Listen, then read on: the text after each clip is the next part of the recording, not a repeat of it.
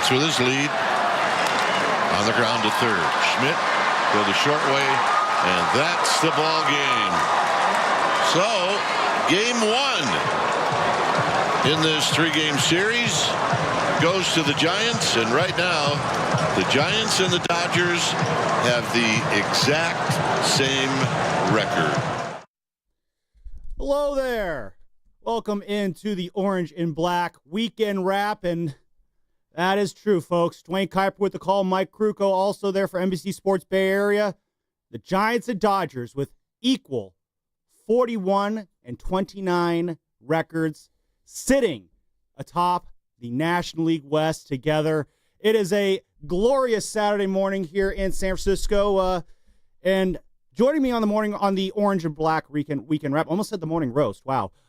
Evan Giddings. Evan, how you doing today, man? Well, it is the morning. And it is the morning. We are celebrating a big win last night. Biggest one of the season for the Giants. And I'm happy to be rocking with you for the next 3 hours. It's an exciting time, and I think a statement win for the San Francisco Giants last night. You took the words right out of my mouth, Evan. Let's start off with that. That was a great statement that the Giants made last night. And 888-957-9570. We want to hear any and all Giants takes this morning. Giants fans, how fired up are you by that win? The first Giants-Dodgers matchup of the 2025 seasons. Let's, Steven Risotto, let's unlock these lines here. Get these Giants fans who I know are going to call in. I think we might get 4 or 5 calls this morning. That'll be big. Giants got almost 5 runs. There we go. A little more. Can we get 6? We get as many runs as calls. I like that. That's big there. That's big. And Giants wasted no time getting on the board right away because of Willy Adames going deep again. That's 3 times in the last 4 games that Willy has gone deep. He's starting to get his groove back. But, Evan, you said it best. That was a statement win there by the Giants last night. They come in as the underdogs. You can make the argument that they're playing with house money, going against the big, bad Dodgers. I call them a Death Star for just how good they are and how destructive they are to the rest of Major League Baseball. And this is a Dodgers team with all that money, all those sluggers. They got Shohei, they got Freddie, they got Mookie, they got Will Smith. And then the Giants come in with Casey Schmidt and Andrew Kinsner. And that's all they need. What a great way to start off the 2025 edition of the Giants-Dodgers rivalry. Well, those 2 guys feel appropriate as being the offensive heroes because that's sort of been the way the Giants have operated. When one man goes down, or 2 in this case, someone tends to step up. And as soon as Chapman gets hurt, they have they take 2 of 3 from Colorado, but it's obviously, if people are feeling some type of way because Schmidt made a critical error in a big situation that might have cost you the game against the Rockies. And what does he do a day later? Steps into Dodger Stadium and cranks a grand slam. So there's your Matt Chapman fill-in. And then Patrick Bailey is one of the best defensive catchers in baseball. You don't have him. And Andrew Kisner, who many people before this weekend probably have never heard or seen him before. I was watching at a bar yesterday, Sam, and when he hit the home run, there was someone at an opposing table was wearing a Giants shirt. It was like, who is that? Now, who is Andrew Kisner? We've heard of Andrew Bailey before. We've heard of Patrick Bailey. We've heard of different Andrews in many senses, but Andrew Kisner is not one of them. And so I just think it's kind of who this team has been, which is one man goes down, one man steps up, and it's why now they're cooking with house money and they're cooking with some hot grease, and they got an opportunity to go win a series. Exactly. Again, Landon Roop will be on the mound against Clayton Kershaw tonight. We'll be talking about that game later on in the show. But you say really well there, Evan. The Giants have a lineup of guys who you're still trying to figure out who they are. We're still trying to figure out who Casey Schmidt is. Is he an everyday player? Is he a backup? We're still trying to figure out who Andrew Kinsner is. We're still trying to figure out how you spell that name. Where is that mysterious N supposed to go? Why is that N after the K silent?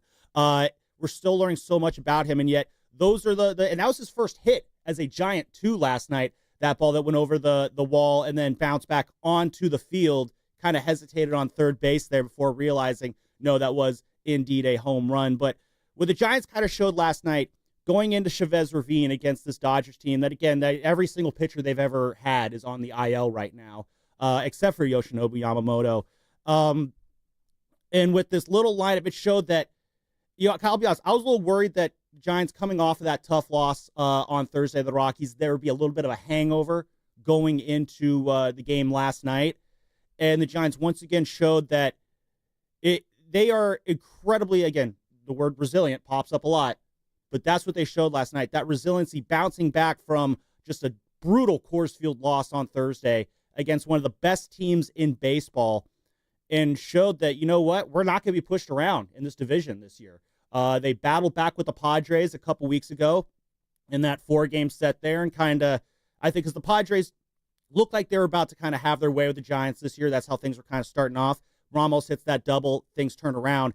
Getting this first big win against your rival, the team that everyone is picking to win this division. Now, winning last night is just one game. There's still, I believe, 12 more games between the Giants and Dodgers to come. So there's a lot to go here in this edition of the rivalry here in 2025.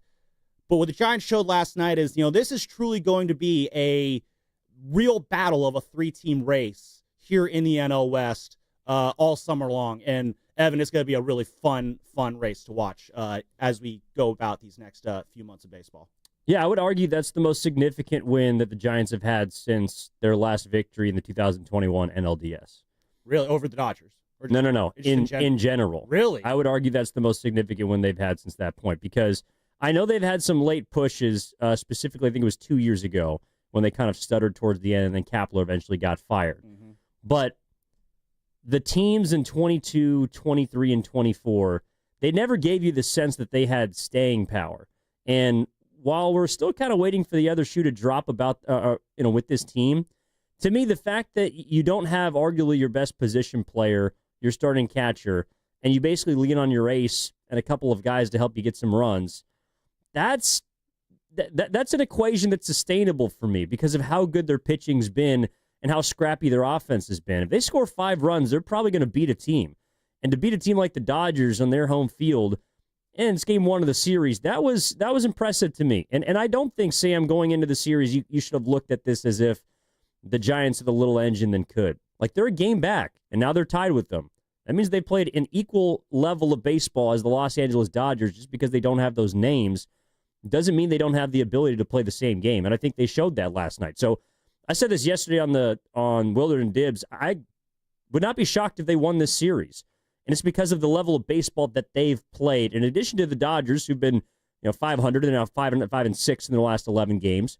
But because this isn't the fully formed version of the Dodgers, this is an opportunity for you to go in and let people know that the NL West, to your point, is not just a Padres and Dodgers race, that the Giants are in this. And I think, to me, that's something we have not really looked at the Giants and said for quite some time. And that's why, to me, going back to the playoff series, this is the biggest win that I can think of. No, I think that's very well said. And as you're talking there, I'm trying to think, like, what other wins could have that much weight. I mean, sure, there's some one-off wins the Giants have had against the Dodgers over the last few years. I mean, there's a time they lost like 8 or 9 straight against the Dodgers. When the Giants finally ended that streak, that felt pretty big, but big for, a Giants fan that had very little to root for, which was, in 2022, 2023, 2024. There were moments, but none of it, as you said, felt like there was staying power. And that kind of took away from a lot of success that the Giants might have had over the last few years. And that, like, it's great, but a fun win in an 80-win season doesn't really mean all that much. What last night showed is that, again, they can roll with the big dogs in this division. The Giants have kind of shown that over the last month here. And really, it's again, usually the reason why this team is so confident is because their ability to come back in games. But what was really fun about that game is they didn't need to come back. They got on the board early. Shout out Willard Dibs with that home run there in the first. And then Logan Webb, the ace who just never gets any run support, finally does get some run support courtesy of Casey Schmidt. And he was just absolutely dealing. And what I really liked about what Logan Webb did last night, again, 7 innings, 2 hits, 3 walks, 4 strikeouts. His 4 strikeouts, Ohtani twice, got Mookie Betts, got Freddie Freeman. He saved his strikeout stuff for the Dodgers' best hitters. And then it was just a ground ball, fly ball fest the rest of the way. And Logan Webb last night reminded everybody why he is one of the aces in this league. I know we go back and forth, who's the one on this team? Is it Robbie Ray? Is it Logan Webb? Which is a very fun conversation to have. But that was one of those nights last night that when the Giants needed their guy the most, when they needed their ace in hostile territory in Chavez Ravine, Logan Webb stepped up and reminded anyone, yeah, I'm still that dude. Well, and he's been pretty shaky there. I mean, he hasn't been at his best in LA and really on the road. I mean, he hasn't been as good, certainly, as he's been his home, where he's been dominant. But that's a big spot. And look, Logan Webb has pitched in a lot of big games. He's got the most experience and sort of tenure on that pitching staff. He's the leader of this team, quite frankly. And yeah, I would say he cemented his already known status as an ace. And I know he doesn't throw 100, and he's not Paul Skeens, and he's not even Yamamoto, who's got a deathly splitter that Casey Schmidt sent into the 17th row in the left field bleachers. But he's got something that other pitchers don't have, which is an ability to get better as the game goes on. And that's something that I think really gets lost in 2025 because of the emphasis on stuff and how hard you throw and how much spin you can generate. And Logan Webb can do all those things, but he's also crafty. He's creative. And whether he's down 2-0 in a count or ahead 0-2, he finds a way to put guys away. And I think the fact that last night he introduced more of his cutter, something that he'd been working on, specifically a challenge, a Dodgers lineup that has a lot of really good lefties. You're going to need some way to get in on the hands and make things difficult for left-handed bats. He introduced more of the cutter yesterday. And so I think Logan Webb is a pitcher that understands it's just as important to evolve as it is to dominate. And that, it, to me, culminated in last night's game that he didn't really have his best stuff, but he still found a way to go 7 innings, give up 2 runs, half of which on one swing. And I thought given the stakes and sort of given the situation, probably put together maybe one of his best 3 performances this season. Yeah, I agree. Again, he has a 4 ERA career against the Dodgers now after that start last night. He had 4 starts against them last year in 21 innings, gave up 11 runs. So, yeah, they've knocked him around at times. 2023, he had a good year. 2022, they knocked him around a bit, tagged him for 13 earned runs over 21 innings of work that year. Then, of course, 2021, he had those, no one really cares about what he did in the regular season because all we care about is those 2 starts he had against the Dodgers in the postseason when the true legend of Logan Webb was born.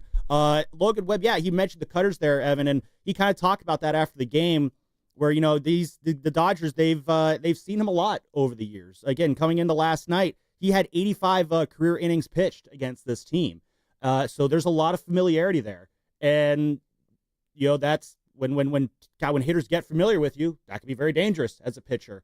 And so adding those cutters in to show that different look, here's what Logan Webb had to say about adding more cutters into his pitch mix last night. Kind of the same thing as the Padres start 2 times ago. You face these teams enough times, you got to kind of switch it up every once in a while. And, I wish I could just throw 4 seams and get it by guys, but I can't do that. And just trying to find new ways to get very good hitters out. And that was kind of the game plan today. And, Kiz did an awesome job. It's my first time throwing to him. I haven't thrown to him in a bullpen or really anything. And it was really fun to throw to him. So that was exciting. And defense played great. It was awesome day. So, it's a lot there. You're changing up your pitch mix, changing up your pitching approach with a catcher that you've never thrown to before, and then to be able to shut down a lineup like that, just an all-around, just phenomenal performance there by Logan Webb. And yeah, I think, definitely one of his premier performances of the year so far. Yeah, and look, it gives you another weapon against lefties, and that lineup is littered with a lot of good ones. Obviously, Ohtani, Freeman, even you get down to Muncy, who's hurt the Giants in the past. They have a lot of left-handed bats that are tough to get to, and he threw it 17 times against lefties, and he threw it 30% of the time overall in that game. It was the most used pitch that he threw last night. And I think it's very telling that Logan Webb can go to a pitch that he's been working on and certainly has the confidence to throw, but he threw it more than any other pitch, more than his sinker, more than his changeup, which have been bread and butter pitches for him for a long time. That sweeper was darting to the other batter's box against righties, but he relied more on the cutter last night. And to me, that's a sign of growth. And you don't typically see that from guys that are in perennial Cy Young conversations. And Logan Webb doesn't have one yet. But with the way he's pitching this year and the consistency that he's displayed, to me, he's got to be in the conversation. In fact, I think he should be in the conversation to start the All-Star game. Paul Skeens is probably at the forefront of that right now. But Logan Webb, what he did last night, again, against a a division rival. Like, for example, that's why Tyler Rogers has really struggled in the NL West, because that sort of gimmick submarine look, it works, but only if you haven't seen it so much. In 2021, his ERA was subatomic against every other team not in the NL West. And in general, the Dodgers have pounded him. Yeah. And we'll see. He's going to throw later in this series. But the point being, familiarity can dictate really just how good of what separates pitchers. And that, to me, is where Logan Webb steps into a different stratosphere, is to be able to dominate your division the way that he did last night, and really has done the last 2 starts because of also what he did, or 3 starts against the Padres. That's not easy to do. And in a spot where the Giants, I think, absolutely needed it to kind of wipe away the sour taste that was left in their mouths after the finale in Colorado, that's a big-time start from a big-time player. Exactly. And your ace is the guy who, always talk about, what is an ace, what makes an ace. And I feel like a lot of people they don't want to put Logan Webb in that ace conversation for whatever reason. I've always felt like at times, because he doesn't have that he doesn't throw that gas. He doesn't have that strikeout stuff that guys like, a Paul Skeens might have, or guys like Yoshinobu Yamamoto might have. We love seeing guys who could just make hitters whiff and look silly in the process. And Logan Webb has shown that in today's game, you don't need to do that to be an ace. You just need to get guys out. And that's what aces do. They stop the bleeding. They are win days. They are the days that when he's on the mound, you are feeling comfortable about your team's ability to come away with a win on that day. And again, as I mentioned, after suffering a loss like that on Thursday to a terrible Colorado Rockies team, falling apart in the 9th inning, just a classic Coors Field catastrophe. I feel like last year, this team, that loss would have hung over them. But this year, it's just such a different mentality. And then when you got Logan pitching like he was last night, aces stop any sort of semblance of struggle or a slide. They are the teams that they end losing streaks, or they're the guys they end losing streaks and they start winning streaks. And that's where Logan really kind of shined last night. Again, it's just a 1-game losing streak, so, not the worst thing in the world, but, a 1-game losing streak could easily turn into a 2 or a 3. And there was a sense that, things could slide quickly going against this very good Dodgers team. And Logan Webb just put the kibosh on that completely. And now the Giants are sitting pretty. They got, again, Roop tonight, Kyle Harrison going tomorrow. And this is a Dodgers team that, they're 1 or 2 injuries away from dragging guys out of the stands to throw pitches for them right now. That's how badly beat up this team is. I think they got 14 pitchers and relievers on the injured list right now. The infirmary that they got down at Dodger Stadium with those pitchers, that is just absolutely insane to have so many pitching injuries. Yeah, you know what? But they asked for that. Like, I'm sorry, I don't really want to hear that. You threw a ton of money at players that are injury prone. Mm-hmm. You did not go and acquire Tyler Glasnow and expect him to make 30 starts a year. You did not even expect, going back a couple of years, Walker Buehler to be there for the entire season this year, for Clayton Kershaw to be there the entire season. Tony Gonsolin is coming off of Tommy John. Dustin May has had elbow surgery in the past. Like, the Dodgers pitching staff is a graveyard. And the only question is how many guys will be resurrected by October. So I don't really want to hear that. The whole reason they have 8 starting pitchers is because they know that 5 are not going to be available at one time. So that's kind of their strategy. But as far as the Giants go, it's like that's how they got to win games. And I wouldn't look at yesterday as being I don't know, Logan Webb stopping necessarily a slide, maybe preventing one perhaps, but it's also why, Sam, I didn't really make too much of the Rockies collapse or whatever you want to call it. To me, I said it yesterday, I viewed that as a necessary loss. Like, that's one of those losses that you've been playing with fire for 7 or 8 games, you're in a lot of close contests, and you're probably going to get bit. Now, you happen to get snake bit by the worst team in baseball, but that's what happens, especially Coors Field. Point. So, to me, like, them losing a late game or blowing a save, and Rodriguez ideally should be available by tomorrow, maybe today if he's feeling good, but probably tomorrow. Like, those are learning experiences that, to me, prepare you for a situation like today. So I didn't look at the loss against the Rockies at all as marring or setting a terrible tone for this series, because at the end of the day, your momentum is only as good as your starting pitcher. And the Giants had the best starting pitcher on the mound. They have the best guy for the job, exactly. Again, and against one of the best in baseball. Like, make no doubt about it. Yamamoto's a bad boy. He's a dude.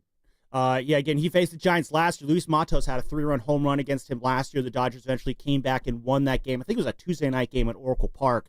But this was the Giants' second time facing Yamamoto, and for the second time, they kind of knocked him around a little bit. This time it was Casey Schmidt with the big grand slam there. Again, really quick, I just on the Dodger pitching injury front, though, just the names, it's incredible. Blake Snell, shoulder inflammation. Tyler Glasnow, shoulder inflammation. Roki Sasaki, shoulder inflammation.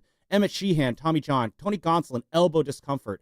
That's just half the list there. The list is absolutely insane of just how many injuries the Dodgers have. But the Dodgers know that they just need these guys to be healthy at the end of September and when October comes around. That's the fire that they're playing with. You talk about the fire the Giants are playing with, though, Evan. And, yeah, comebacks are fun. I think the Giants have like 19 or something comebacks or something. Rizzo, if you can fact check me on that, that number seems a little inaccurate. But yeah, there comes a point where it's just like you'd like to see him just play from ahead and not do these comebacks because, again, as fun as they are, coming back means you are down.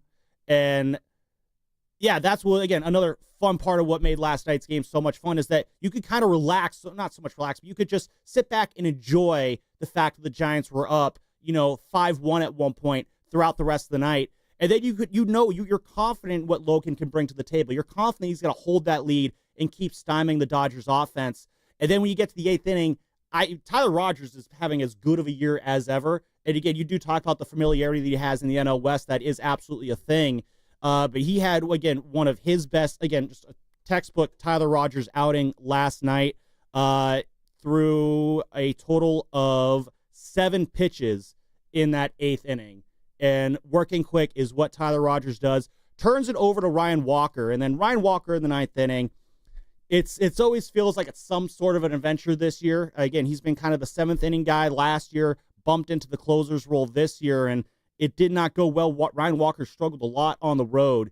And that 9th inning, it got a little interesting. He's a little bit wild to Mookie Betts. He came in, almost hit him, I think, at one point. Walks Mookie Betts. Then Freddie Freeman, I thought, did Walker a huge solid there, swinging at that first pitch and flying out to center field.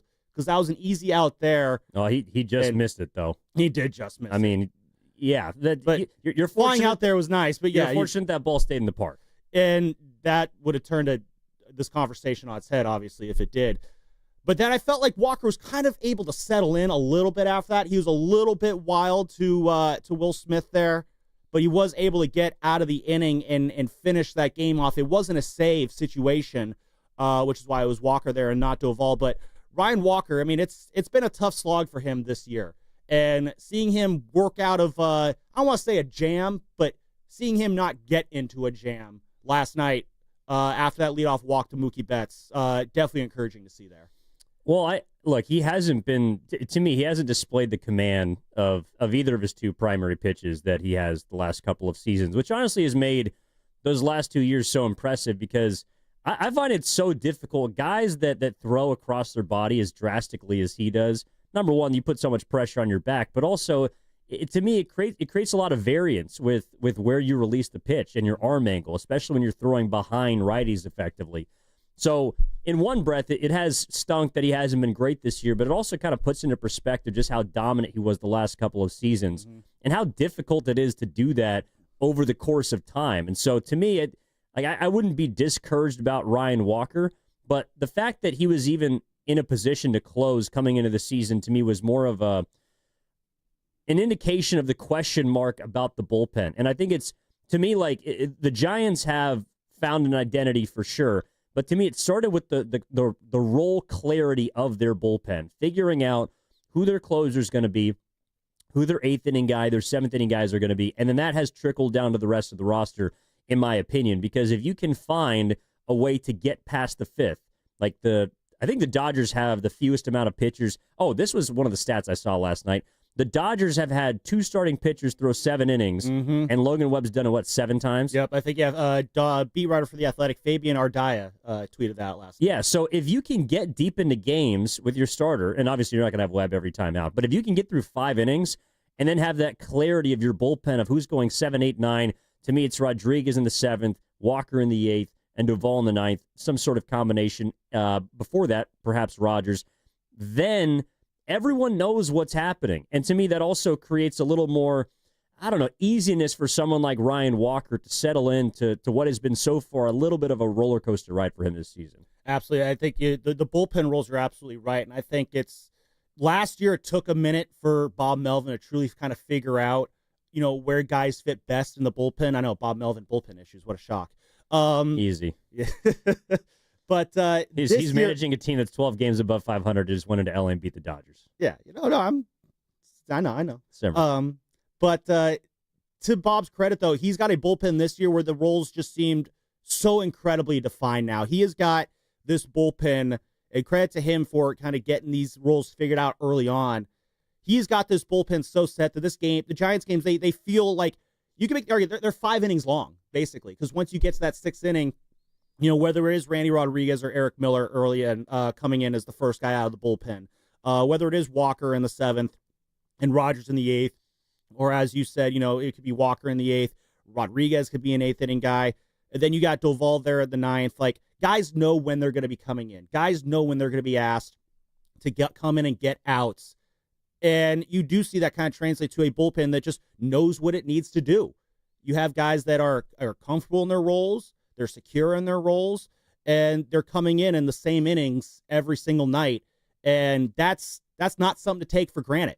And again, for a guy like Bob Melvin, who has had issues with the bullpen in the past, to see him have such an established bullpen right now is just one of the many, many, many reasons Giants fans should be excited about where this team is at and why they should be excited about that win. Want to hear from the Giants fans, though. 888-957-9570 is the number. Risotto, you got my ear. It was 20 comeback wins now for the Giants, not 19. Again, all those just sound like absolutely ridiculous numbers. Attaboy pasta. I am Sam Lubman. That is Evan Giddings. The show is the Orange and Black Weekend Wrap. Coming up on the other side, Casey Schmidt. What a night he had last night. He is doing a great job filling in for the injured Matt Chapman. We'll talk about that more on the other side.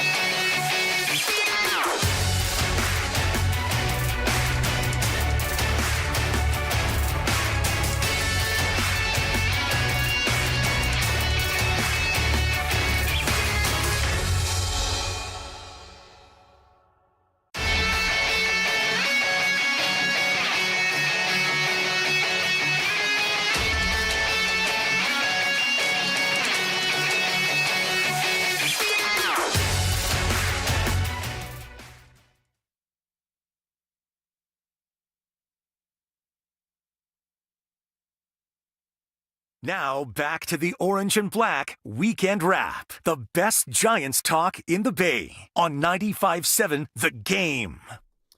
That was Dwayne Kuiper on the call there. It's Casey Schmidt uncorking the Grand Salami. Break out the rye bread, Grandma. It was Grand Salami time. Whose call was that? It was Dwayne Kuiper on the call, right? No. Break out the Grand Salami, or break out the rye bread, Grand Salami. That's a Dwayne Kuiper call.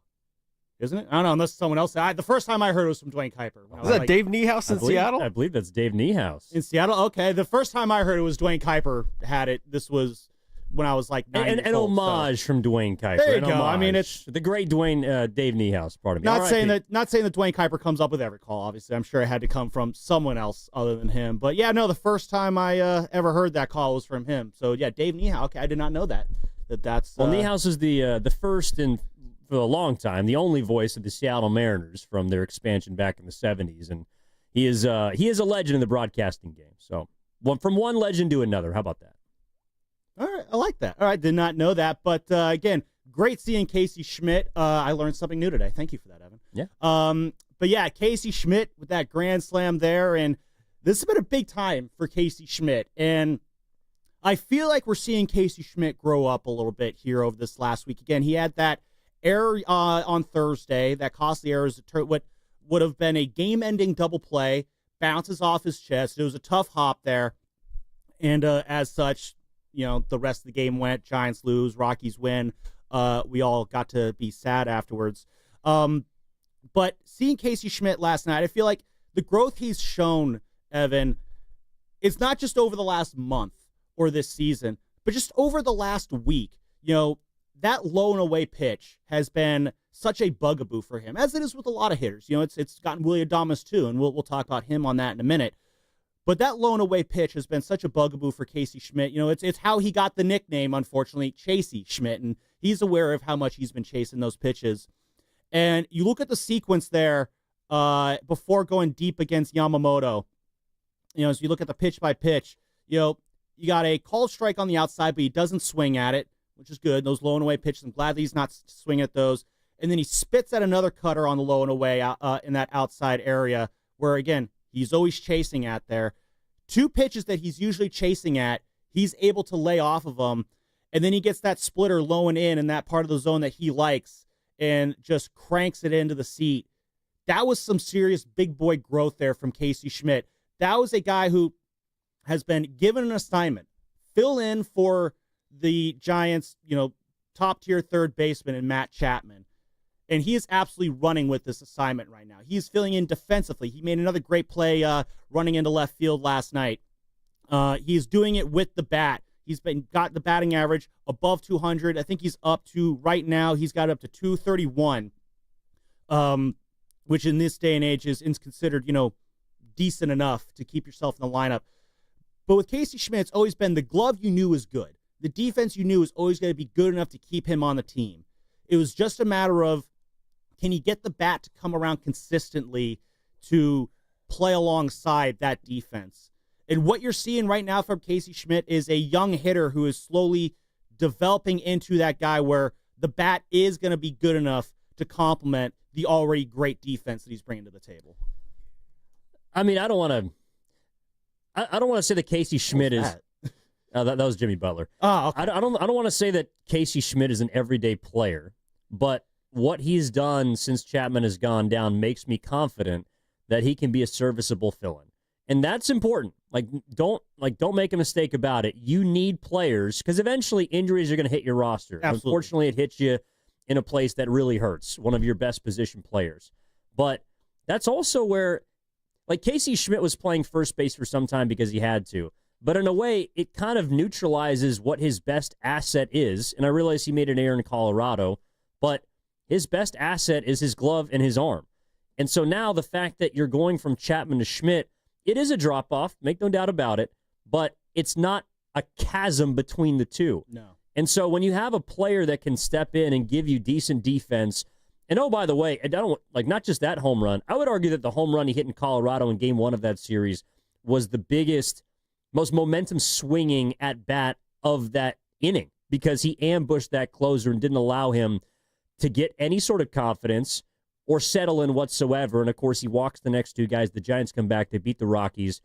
And so the fact that he had one mistake in that series doesn't necessarily mar the fact that he's been a really nice fill-in. He's been an impactful player. And when you're trying to navigate 162 games, you need guys that are going to step up and step in. And so for Schmidt to do what he did last night, oh, by the way, Yamamoto, you can't walk the bases loaded. You walk guys, you get hurt. And I'm just glad that Schmidt was able to make him pay because it was a 2-out situation as well, and he very well could have gotten nothing out of that potential gift that Yamamoto has given them in that inning. No, and again, I commend Casey Schmidt for taking advantage of this gift, and that's kind of why I look at those first two pitches there because, again, Evan, I think 2 weeks ago, instead of being in a 1-1 count, he might be in an 0-2 count, and then Yamamoto has full control of that at-bat there and kind of do what he wants there, but instead, it's 1-1. You got to come back inside. And Schmidt, he's just looking for, the right pitch to hit. And here's what Casey Schmidt had to say on what he was looking for in the box against Yamamoto. I was looking to stay out over the plate with him, and then it was just kind of reaction. I just saw him, just took a swing at it, and then ended up squaring it up. There you go. Saw the pitch you wanted, took a swing, squared up. And how about that little the way he kind of swaggered out of the batter's box there after he knew it. Oh, he knew it right off the bat, and he was definitely doing a little aura farming there, walking out of the batter's box. Did a little hip shake there. He was absolutely feeling it, and that to me, Evan, that tells me that's a much more confident player. That's a guy who's feeling he knows that he belongs on the field in that lineup with this team. And yeah, again, the drop off from him to Chapman is far smaller than I think we would have thought a few weeks ago. Defensively, they're basically the same. Offensively, though, again, Casey Schmidt, he might not never be, overall the offensive force that Matt Chapman can be. But I kind of look at I look at him as like a backup quarterback. If Brock Purdy goes down, can Mac Jones come in and get a split of, the 2-3 games that he's starting for? That's kind of like with Casey Schmidt. When your starting third baseman goes down, is your guy good enough to play enough at a replacement level to keep your team above water at minimum while your guy is out? And the way Casey Schmidt's swinging the bat, the way he's playing defense, he is absolutely playing at a level to where, would it last for the rest of the season? No. But for the 3 to 4 weeks that Matt Chapman might be on ice with this sprained hand he has right now, you're feeling really good about Schmidt being there and able to fill in for Chapman in that time. Well, again, he's not an everyday player, but this draws back into the theme of identity and roles. What is Casey Schmidt's role? He's a utility infielder. He can play anywhere. So if someone goes down, Fitzgerald, Adames, Chapman, he can step in and be the player who can cover 2 or 3 weeks. Now, he's going to have some mess-ups. He's going to make some plays like he did in Colorado. He's going to have some bad at-bats. He's going to swing at balls in the other batter's box because that's what he has been. But he can also help you win a ball game. You mentioned a backup quarterback. When I think of a Casey Schmidt, I think of like a Quentin Post. Like, Post is not a guy. He's your 9th or 10th man on a roster. He's not going to start, or if he is, he might be in trouble. But he also might be a guy to help you win a basketball game because he has a unique skill. He can shoot. Casey Schmidt, I don't think he's anywhere close to the defender that Matt Chapman is, but he's got a good glove and a decent arm, and he's got enough pop to help make a mistake really count against the other team. So, someone like Schmidt, that's a great moment for him. And to me, that's what's defined this Giants season from the position player side of things is moments. Moments of players stepping up and making big plays, whether it's at the plate, whether it's on defense. And so when you look back at this season and you're trying to figure out how did the Giants go into Dodger Stadium and win that game? How did they go to Colorado and get 2 of 3? How did they defend themselves against Atlanta and get that sweep? There's moments throughout the season, and every single guy on the roster is going to have one if you want to put together a quality year, which I think the Giants are trending towards, and they got to keep this going because you steal game 1 of a series on the road. Now you have a chance to get greedy today and take a series against obviously someone who's given you fits in the past in Kershaw. But to go into the Chavez Ravine against your rival in that sort of game against one of the top 3 starters in baseball statistically and have Casey Schmidt be a focal point in that game, That's big time. And I think it's huge for that clubhouse. You talk about, guys need to step up. Guys need to have moments. And my mind immediately went to, Evan, was the 2021 Giants. A team where every night it was a different guy stepping up and having a moment. And in the moment of that season, it was a lot of fun where, the eighth inning comes around. It's going to be Donovan Solano. It's going to be Lamont Wade Jr. It's going to be Darren Ruff. Who's going to be the guy who, provides that exciting moment tonight. And while it was fun that year, it became very obvious that it wasn't going to be sustainable. And so, well, it kind of was. Well, it was for that year. 107 games. But you knew that wasn't going to translate. It was a bunch of guys having career years. You knew it wasn't going to really translate beyond that year, I guess, is what I was saying. It was really fun in the moment. But then I look at this team and, they're kind of having a similar setup where they got guys stepping up late in games. They're coming back in dramatic fashion a lot. Again, I think I mentioned, it's 20 comeback wins now of the 41 that the Giants have had this year. Again, half of them have been by the comeback variety. And I'm not trying to dump on the comebacks. I'm not trying to dump on any of that. But again, it's like I said in the last week, it's like what made last night so much fun is these guys are playing from ahead. And which made it was a nice little, change up, so to speak, because again, that 7-game winning streak, I think they had 4 comebacks, 2 walk-offs, playing from behind after a while. It's not a sustainable situation to be in, I guess. And so I guess the question I'm going to throw at you is, again, you talk about, guys stepping up, guys having those moments, that kind of being the crux of this Giants season.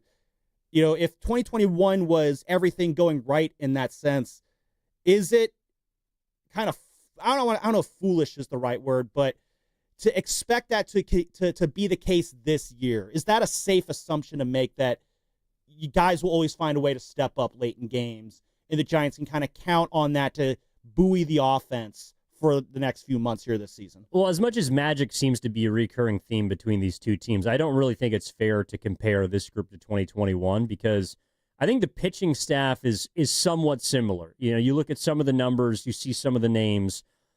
Starting pitching has been really good this season, as it was in 2021.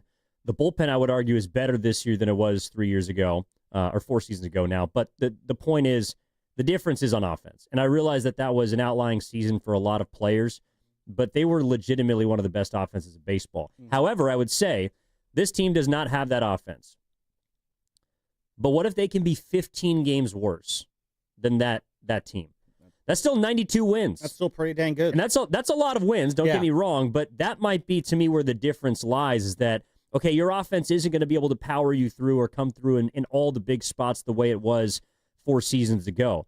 I mean, I would also argue they've had some tight losses. They had 2 extra inning losses to the Padres. Obviously, they blew the game against the Rockies in the tail end of that series. So it's not as if they're just winning every single late game situation. It swings both ways. You're playing in a ton of them, and I think that's their path to victory, largely speaking. But the offense is going to be why you don't win 100 games. That doesn't mean you still can't win 85 to 90 games, which would be good enough to get you into the wild card and put yourself in a position to compete for the division. So I think the Giants are right on track with where they need to be. And those wins last night are large, in the micro sense and from the momentum standpoint. But I think they've banked enough early victories with their start this year, the 7-game win streak.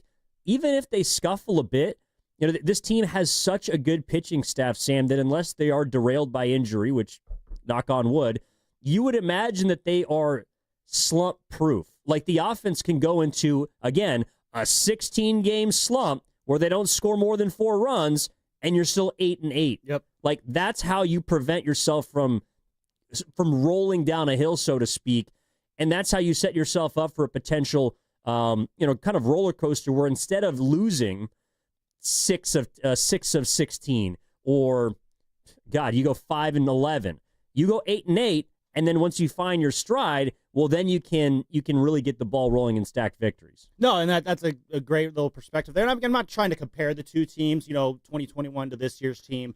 But again, it's but you get a similar sense. There are similar vibes. Just the late game heroics have been equally entertaining, so to speak. Again, that 2021 team, a far more offensive force here. Where the reason why I'm going to push back on my own question here a little bit, the reason why I feel more kind of content with this team's ability in late game situations is that the approach they take at the plate is more sustainable. This team is much better at expanding their zone when they need to. They're much better at adjusting at the plate when the count changes. They don't, the 1-0 count isn't approached the same way as the 1-2 count, which is, the Giants back then. It was kind of like you have a spot, wait for your pitch in that spot and swing. The Giants are far better at adjusting what they're looking for in the box this year.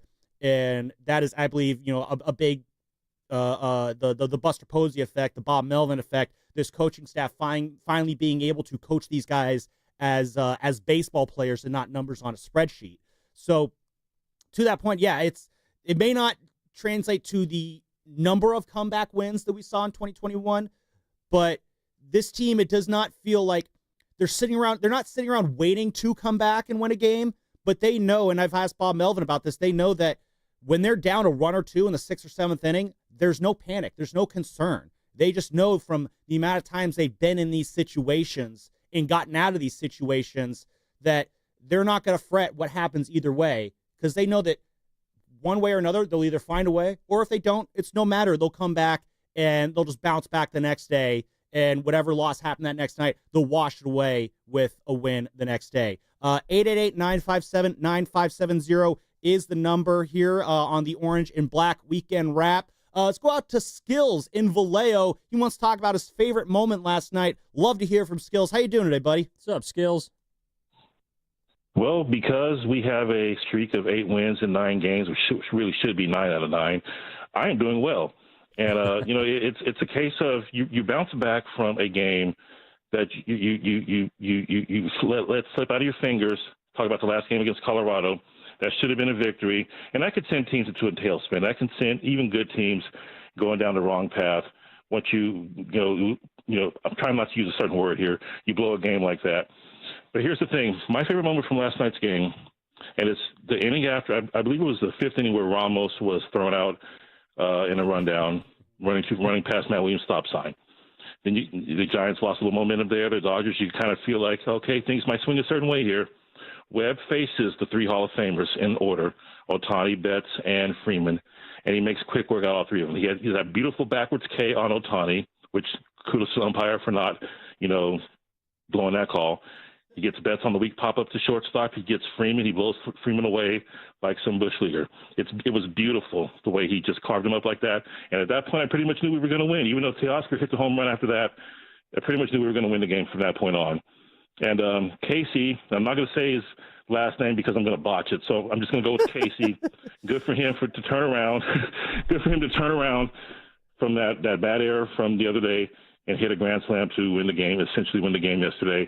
He's playing with confidence, and we've seen him play well before. Remember his first month in the major leagues when he was lighting it up. So he's got the ability in him. It just hasn't really been consistent for him since then. But now more than ever, with Chapman down, he's got to be that guy, and he's being that guy so far. Dominic Smith is being that guy so far. 7 hits in his last 11 at bats. Although a couple of them were kind of fluky, still 5 for 11 would still be even. That'd still be pretty good too. He's like our Pat Burrow of 2025 so far. The way Pat Burrow kind of came in off the scrap heap in 2010 and picked the Giants up. And my last point, I'll let you guys get back to your show. The Dodgers, they literally go around the globe spending money, gazillions of dollars to get every superstar from literally around the globe. And then they get their medical staff off Craigslist. And this is what you get.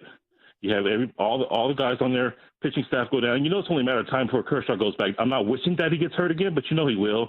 Ohtani's comeback is not going to go the way they want it to. He's not going to be able to pitch. He may still be able to hit, but he won't be pitching for very long. But the baseball gods, this is proof that they exist. They don't like the way the Dodgers are doing business. And we Giants, I've met Dave Roberts. He's a nice guy, but I feel no sympathy for him or his team situation right now. Go Giants. Great stuff there, Skills. Love everything you had to say there. You mentioned at one point Dominic Smith, and Arnell in the YouTube chat, he's got a similar question. Just the thoughts on Dom Smith, or as I call him, the real Big Dom, not that fraud out there in Philadelphia. We got the real Big Dom. He's got 11 hits so far in 9 games as a Giant. His predecessor, Lamont Wade Jr., had 24 hits in 50 games this season. The upgrade, I'm sorry I have to throw Lamont under the bus there, but I'm glad he landed with the Angels. But yeah, man, the big Dom Smith craze. It continues to get Giants fans excited. 3 hits last night, 3 for 5 with a strikeout, hitting .367 in his short tenure with the Giants, playing some great defense too. And I never really thought I would ever say this, Evan, but I am never paid more attention to a flip from a first baseman to a pitcher on those 3-1 plays, those 3-1 grounders, more than Dom Smith, because he is a very underrated skill I never thought of.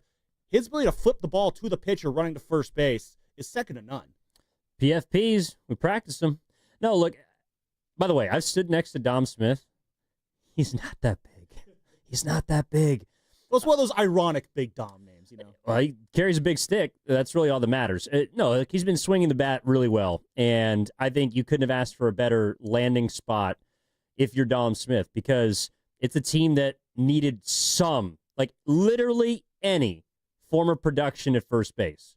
Something not zero, which is what they've been getting between, whether it's Lamont, Schmidt, Encarnacion when he came back. Like, they've gotten nothing from that position. And it's a position in baseball that you kind of got to have some sort of offense give you. And it's like the fact that Dom Smith has also been, I think in addition as a left-handed bat, has been huge because typically, well, not this year, but in the past, they've struggled more against righties than they have against lefties. So, look, I think that Dom Smith he's, again, similar to Schmidt, similar to Kisner.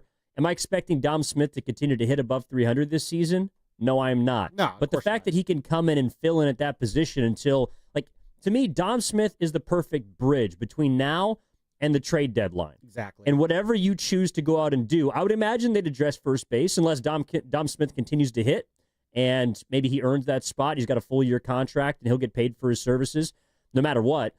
But he's supposed to be the bridge between whatever Buster Posey was looking at first base and what he chooses to do at the trade deadline. So the fact that he's helping you at the plate is a huge plus because, again, if the Giants can score 5 runs in a game, Sam, hell, if they can get to 4 runs, you feel pretty good about their chances. And especially if they're playing from ahead. Like, I realize that a lot of their wins this season have been of the comeback variety.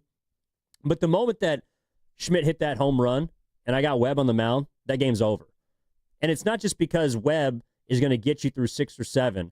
It's because then you got multiple bullpen arms, even though one's not available in Rodriguez, that can step in and shut the door. You telling me the Giants get a 4-run lead with their ace on the mound, and he is an ace, one of the best in baseball? I would argue that last night, because of the head-to-head matchup, he jumped Yamamoto for the number 2 best starting pitcher in the NL behind Paul Skeens. That to me is bread. Oh, thank you. Not really a drop, but it's to me that's what you're looking at when you're watching that game. That ball goes out off the bat of Schmidt, that game's over. And again, that's what a shutdown ace does. We'll talk about that more on the other side. Plus, Willy Adames, is he having his I am now a Giant moment? We'll talk about what I mean by that on the other side. I am Sam Lubman. That is Evan Giddings. Risotto and Zach, they're behind the glass doing who knows what. More Giants talk on the other side.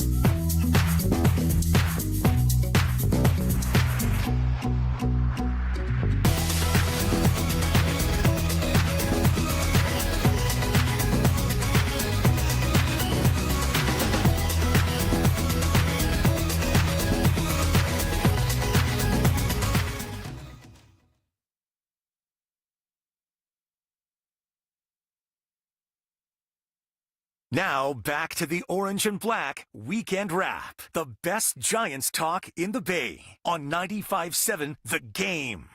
It is the best Giants talk in the Bay. It is the Orange and Black Weekend Wrap. Sam Lubman here with Evan Giddings. 888-957-9570 is the number. And just want to let everyone know that we are coming to you live from the Laughing Monk Studios. Laughing Monk, righteously brewed here in San Francisco. And shout out to everybody watching on YouTube. Brought to you by First NorCal Credit Union for a low-rate auto loan. Apply online or just ask for First NorCal financing at the dealer. We've been talking about the Giants' win over the Dodgers last night. Final score was 6-2. Casey Schmidt with the big grand slam in that third inning last night, courtesy of 3 straight walks from one Yoshinobu Yamamoto. Logan Webb got the win. He is now 6-5, rocking a 2.58 ERA. But a guy, Evan, that we've kind of not yet gotten into yet from last night is the Giants' number 2 hitter. Their shortstop, Willie Adames, who was having a great bounce-back week. Now, it was very easy to watch what he did at Coors Field and just dismiss it as, a week at Coors Field. But stepping into the box last night, I believe it was the second pitch he saw, hits another home run off of Yamamoto there to keep his hot streak going. It's starting to feel like we can kind of rest easy on stressing over Willie Adames' slow start. It seems like he's starting to finally get his groove back. Sorry, it's the third pitch that he went deep on. Yeah, I mean, I think, look, that's how you got to beat Yamamoto. I know that he's been awesome this season. I think before last night, he was number 1 in terms of hits per 9 in Major League Baseball.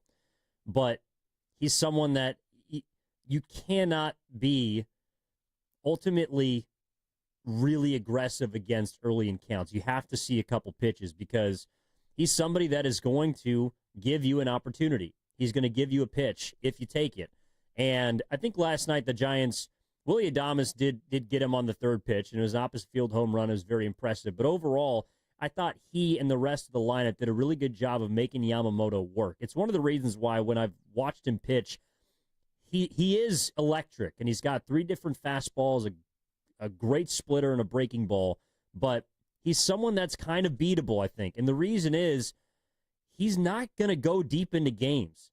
He's going to get you 5 quality, perhaps 6 quality innings, and then he's going to turn over to the bullpen, which the Dodgers don't have a great bullpen. So I thought last night, the fact that the Giants made him work, Willie did it. I thought Ramos had a couple of quality at-bats. Schmidt obviously hit the home run. But overall, their entire full 9 approach against Yamamoto, I thought was executed to near perfection because you're going to have to take some strikeouts. You're going to have to wear him down. But you also just have to take walks when they're there. He walked 5 guys last night. He didn't have his best stuff, and I thought that, honestly, was it Beck behind home plate? Yeah. Had kind of a brutal zone for both sides. But that's how you have to beat him. You have to make him work. And I thought the Giants did a really nice job, Willie Adames included, of forcing Yamamoto, as fine as he is, to throw 3 strikes every single at-bat. And eventually, he's going to have to give you one. And right off the top at the beginning of that ballgame, Willie Adames got one, and the power's coming along. Yeah, and again, you talk about the approach there, and Bob was asked about this pregame, what's the approach there, and obviously, Bob wasn't going to give out the hitting plan for that night, but he did mention that, when you're facing Yamamoto, you could probably expect to see 1, maybe 2 good pitches that you're going to have a chance to hit.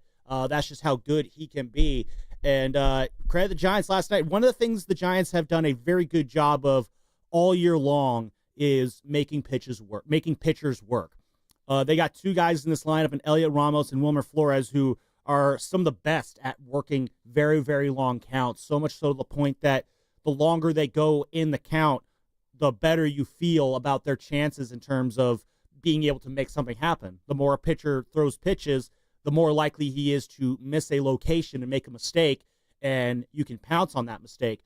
But this first inning home run by Adames here, though, again, it's what I love about it is it's very similar to what we saw from Casey Schmidt a couple innings later, in that Willie Adames is, like Casey, had trouble with those low and away pitches. Pitchers know that if you throw that slider low and away, he will chase at it.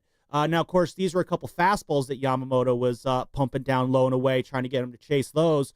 And again, Willie Adames, who everyone keeps saying, the at-bats are good, the approach is good. It's just a matter of getting those results. But where his at-bats have not been good is when he is trying to force too much to happen and chase those low and away pitches. And then last night, though, he spits on 2 fastballs low and away, wants nothing to do with them. And again, that's the growth that we're seeing from him this year. That's the sign that makes me feel like that what we saw at Coors Field was not just Coors Field helping a guy out. What we saw at Coors Field was a guy who is finding his groove at the plate again, who's finding his confidence at the plate again. It's part of why he's gone deep 3 times now in the last 4 games. And Giants fans are finally being able to see the Willie Adames that was promised. And I'm just going to shout out Hypeflix here in the YouTube chat. Willie's going to go on a Lindor second half run here. And when you look at Willie's numbers, I just turned the mic off on myself. When you look at Willie's numbers, you know how great he can be in that second half. And that's why I've told Giants fans, be patient with this guy. You know when this guy gets hot. You know he gets hotter when the weather gets hotter. Let's see what happens in the June, July, August, what he does with the bat there. And what we've been seeing this week, Evan, gives me a lot of hope that the Willie Adames that we are expecting in the second half will be the Willie Adames that does indeed show up when the second half comes around. Yeah, I mean, over the last week, what would make me feel more optimistic about Adames, let's be honest, he's still going to swing at pitches in the other batter's box. He's still going to fish for breaking balls. You're going to see a lot of at-bats where he's got his ass in the dugout because he's reaching for something he shouldn't. But the biggest difference to me the last week is that he's finally beginning to do damage on pitches in the zone. Like that home run he hit off of Yamamoto, a week or 2 ago, he probably fouls that pitch off. Or he hits it hard somewhere, but maybe it's on the ground, just gets under it, just misses. And I think that's where Adames is starting to come along. It's that finally those pitches that are mistakes, he's beginning to hurt them. And he was not doing that nearly enough through his first 65 games for me to feel like he was going to be someone who could carry this lineup. And, I don't know if it necessarily coincides with Chapman going down and him kind of putting the offense to some extent on his back, but it's obviously a great sign that he was hitting 6th. I think that was the lowest he dropped down in the order, and he goes back to the 2-hole once Chapman comes out and immediately goes on this kind of mini tear, and he's going to have to continue to prove it, but I think the fact that Adames has, his emergence coincides with Chapman's injury, it's massive for the Giants, and I love to see the fact that Willie Adames is finally beginning to, again, just put some pressure on pitchers, knowing that you can't just lay one in there. Like let's say Willie Adames gets to a 2-0 count. Before, it was like, all right, I can just put 94 down the middle on the inner half, and he's not going to hurt me. Last night, that wasn't the case. Against the Rockies, that wasn't the case. And so the fact that there is a little bit of fear factor instilled now in opposing pitchers when Adames is at the plate, I think that's going to do wonders for him. No, it almost becomes like it adds that extra dynamic factor to the lineup. And almost, Giants fans are banging on the table, go get me a hitter, go trade a hitter for me. They still need to do that. Well, they still need to do that, not dismissing that. But it's almost like when a guy like Adames steps up when Chapman comes out, him getting hot almost feels like a trade in and of itself. I think I think it was actually Guru on Garlic Fries and Baseball Guys kind of made that point. By the way, did Garlic Fries and Baseball Guys with Guru on Thursday, and yeah, that was an absolute treat to do that with him. He will be back on, so check it out wherever you listen to podcasts. Daryl Guru Johnson and myself talking Giants baseball on the Garlic Fries and Baseball Guys podcast. We did have Dave Fleming on the morning roast the other day though, and we did ask Dave, how much the Coors Field effect plays in with Willie Adames' hot week, and here's what he had to say about that. How hard you hit it has nothing to do with where you are. He's had, 4 in the last 2 games, 100, 103 plus. His double last night was, I think, 109 off the bat. That's what I was looking for. We didn't have any of that for a couple weeks with Adames. There was no hard hit contact at all. So Does the ball fly out at Oracle? Maybe. I mean, I think the one yesterday definitely does, and he's shown power to center field. Maybe both of them are out in San Francisco. But to me, it's just the loud, hard contact, the more balanced swings. Everything looks better. Is it unfair? It's not unfair to ask the question, but I don't think Coors Field is the reason why you're seeing those swings from him. And that's kind of like what Dave was saying there is that, again, you are seeing that approach finally get better at the plate because he's had some ugly at-bats. He's had some ugly swings. And when you can see him get back to having those at-bats that you know he's capable of, and now you're starting to see the results follow along suit. I'm not saying we're out of the woods with the Willy Adames situation yet. You know, he's still hitting 204, which for a $182 million player, that's just simply not good enough. But you're starting to see the signs that what we saw those first 2 months, the pressure that he was putting on himself, that pressure might be starting to finally fade away, and he can kind of just relax and finally be the Willy Adames that, you know, he is when he's celebrating his teammates. That fun guy who we see in the dugout, we're finally seeing that energy kind of translate to what he's bringing to the field.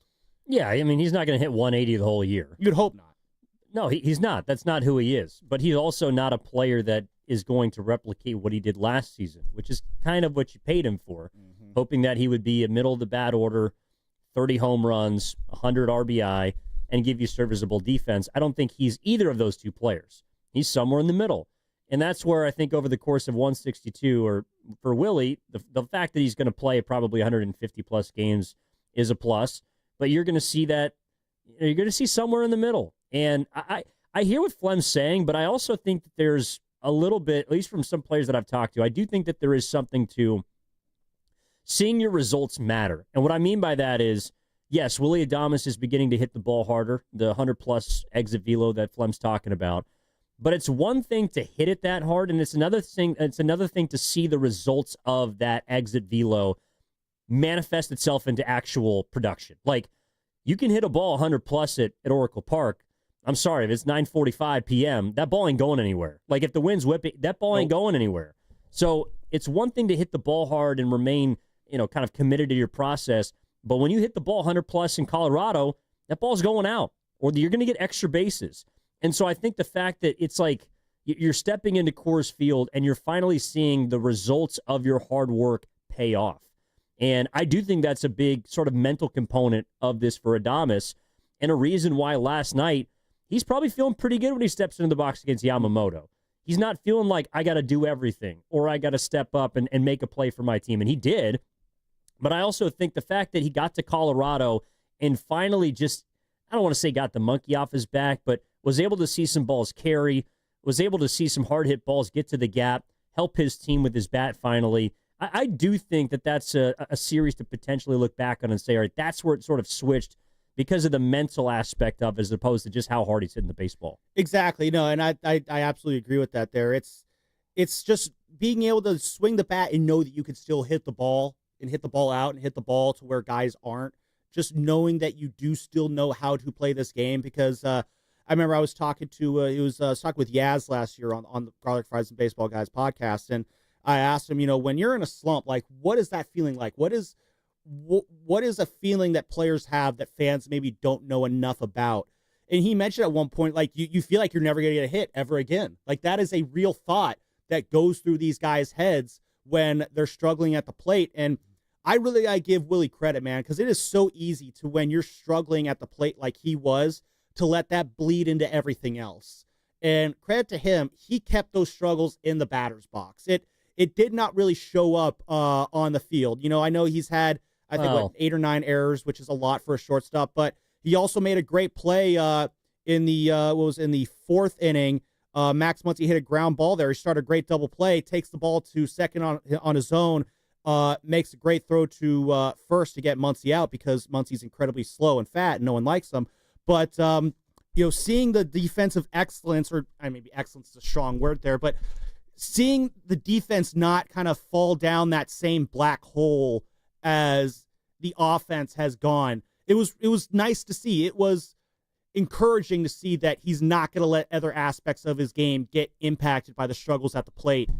And now that you do have that weight off, I'm excited to see, him finally beat himself in all aspects of the game, not just as a teammate, not just as a defender, but also as a hitter. Kind of get, the perfect trio of Willie Adames there to finally be that guy. Now, will he ever be what he did last year? No, probably not. He had a career year last year. That's what guys do in contract years. But I look at him, Evan, he's the highest paid Giant ever, but he's also the 7th highest paid shortstop in baseball right now. And I would say that, yeah, right now he's probably the 7th, 8th best shortstop in baseball overall right now. So compared to the other shortstops. Not this year. Well, overall, yes. I guess if you want to play the overall game, if you want to go by this year, yes, he's been nowhere near top 10. But if you want to factor in the full body of work that he's done in his career, yeah, I think, he's probably 7, 8, 9, somewhere in that range right now. Well, they paid him to be a top 10 shortstop, which he hasn't been. And no, but again, that's what I'm saying. Like, what we're seeing this week, we're finally starting to see him kind of shed what he was and start to be the shortstop that he's being expected to be. Yeah, I mean, look, defensively, I still think he's average to a little bit below average, but that's also why you have other players on the infield that can help sort of make up for it. I think Willie Adames, he's got a good arm, but his range is not what it used to be. I think he struggles to go to the hole, but that's where ideally Chapman makes up for those sort of 5.5 hole ground balls, or Casey Schmidt to some extent. But the thing about Willie that I do think he has an ability to help this team in is you got to hit home runs. Like last night was a perfect example. You hit 3 home runs, you win the game. And yes, one of them was a grand slam. But the point is, in order to beat the best of the best, you got to put the ball out of the ballpark, and especially on the road. At Oracle, it's a little bit of a different story, but you still have to have extra base to full home run power. And Willie Adames, to his credit, is one of the few players on this team that legitimately has that. While I don't think he's going to ever hit 32, 33 home runs again like he did last year, he's still a 30 home run hitter. So he has that ability. And the Giants absolutely need that, because when you lose Chapman, at the time he went out, you lose 20% of your home runs. You lose a lot of gap-to-gap ability and line drive ability at the plate in Chapman. So Adames is one guy that can help the Giants generate runs with one swing.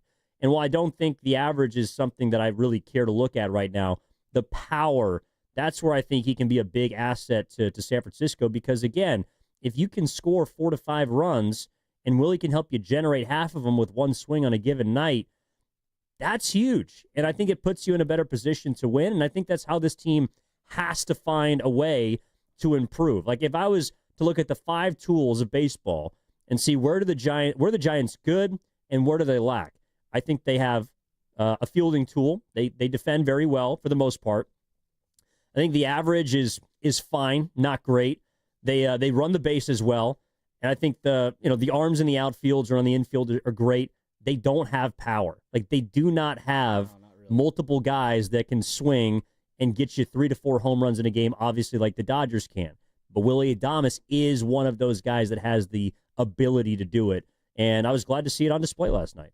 Yeah, I mean, power, I agree with you for the most part on the power thing. He does need to be able to provide that, but I don't think that's an end-all, be-all. I do think that in the ballpark he's playing in now, in Oracle Park, in the environment he's playing in with that cool marine layer, home runs are good, but if I'm Willie, I think the goal for him, it's got to be the gap-to-gap hitting. I think triples alley should become his friend. He should be able to hit those, the left center, right center areas, get those, doubles there, because it's going to be hard for him to hit home runs at Oracle Park. That's just reality. It's going to be hard for him to hit home runs in this division overall. I know, again, he did go deep at Dodger Stadium, but Dodger Stadium is a very spacious ballpark. He used to be playing a lot of games at Petco Park, which is also a very spacious ballpark. Coors Field, again, I know he had a hot week there against a very bad Rockies team. There's a lot of outfield at Coors Field, which can, be kind of the counter to the thin air and the fly balls there. So I think with him, it's just, I'm definitely down for the home runs, but I think if Willie Adames is truly going to find a lot of success in his time with the Giants, it's going to be taking advantage of those gaps and getting those doubles, triples here and there. And I don't think he's not going to be the guy who breaks the 30 home run curse for the Giants. He's not going to be the next 30 home run hitter that this team has. If he's in that 15 to 20 home run range with, a batting average in the 240, 250 area, that's pretty good production right there. But if I'm going to see Willie driving in runs, I'd like to see him more doing it with, the gap-to-gap hitting than just, than the home run hitting. Yeah, but ground balls turn into line drives turn into home runs. Like, the point is, Willie Adames, all right, whether you want to say 30 is unattainable, 20, like on this team, Matt Chapman has the ability to hit 20 home runs. Elliot Ramos has the ability to hit 20 home runs. Who else? Well, I mean, that's my point. He's one of 3 or 4 guys that you can legitimately see breaking a 20 home run threshold. I hear you. Which is what you have to be able to do to win in 2025.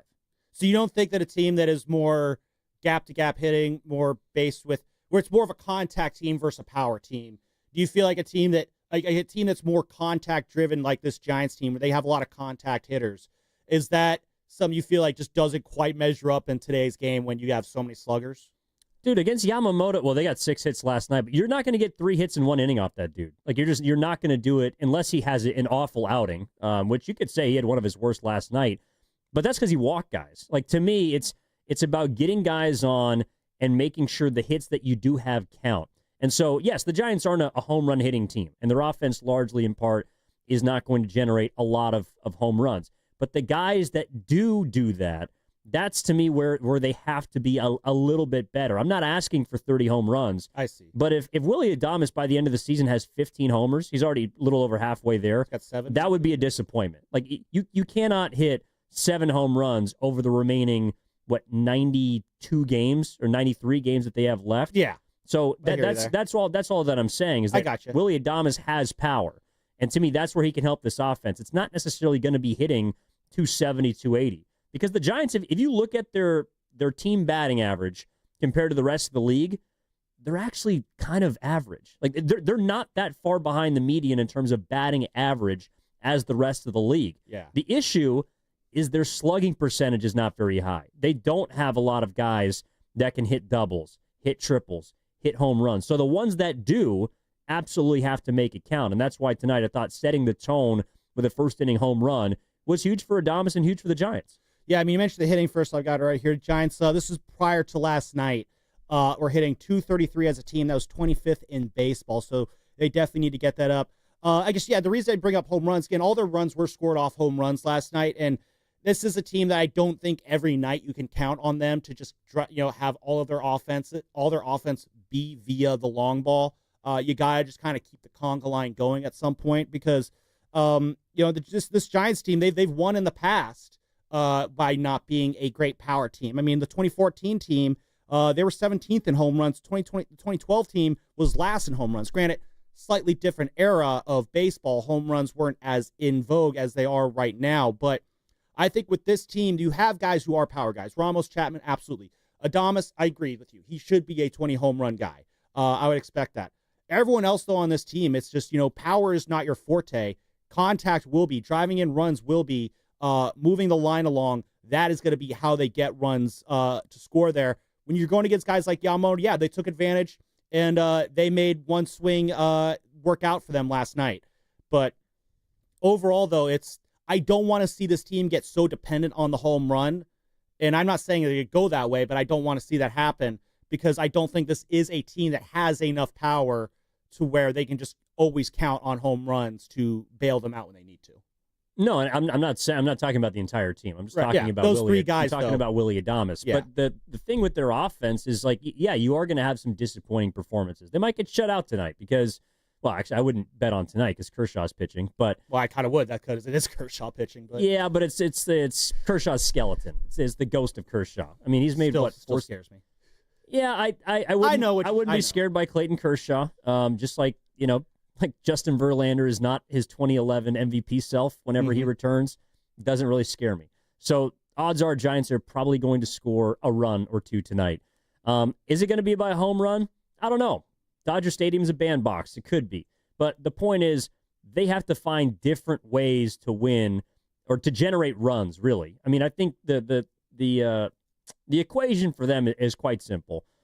Scrape across enough, keep it close, depend on your starting pitching, your bullpen to lead the way, and try and come up with a couple of clutch knocks. And that's a recipe for success they've used in the past. And I think the fact that one thing, too, also, Sam, I know we got to hit a break here, but when you play in those amount of close games and you also win those close games, that's not just something that your team, I think, is going to cling to. It's also something the other team knows. And that's a big part of this, too. Looking at the Giants from the other dugout, it's like, wow, this team is, they might come up and bite us in the ass. Like, we got to get some more. It's in your head. It puts more pressure on other teams with how well they've played late in games. Well said. Theo in the East Bay, I see you. We're going to talk to you on the other side. I'm curious what you got to say about Logan Webb. That is Evan Giddings. I am Sam Lubman. More Giants talk on the other side. And on the other side, Evan, a dream of mine kind of died this week. I'll explain why on the other side. That is all brought to you by Fremont Bank. Here for you, here for good.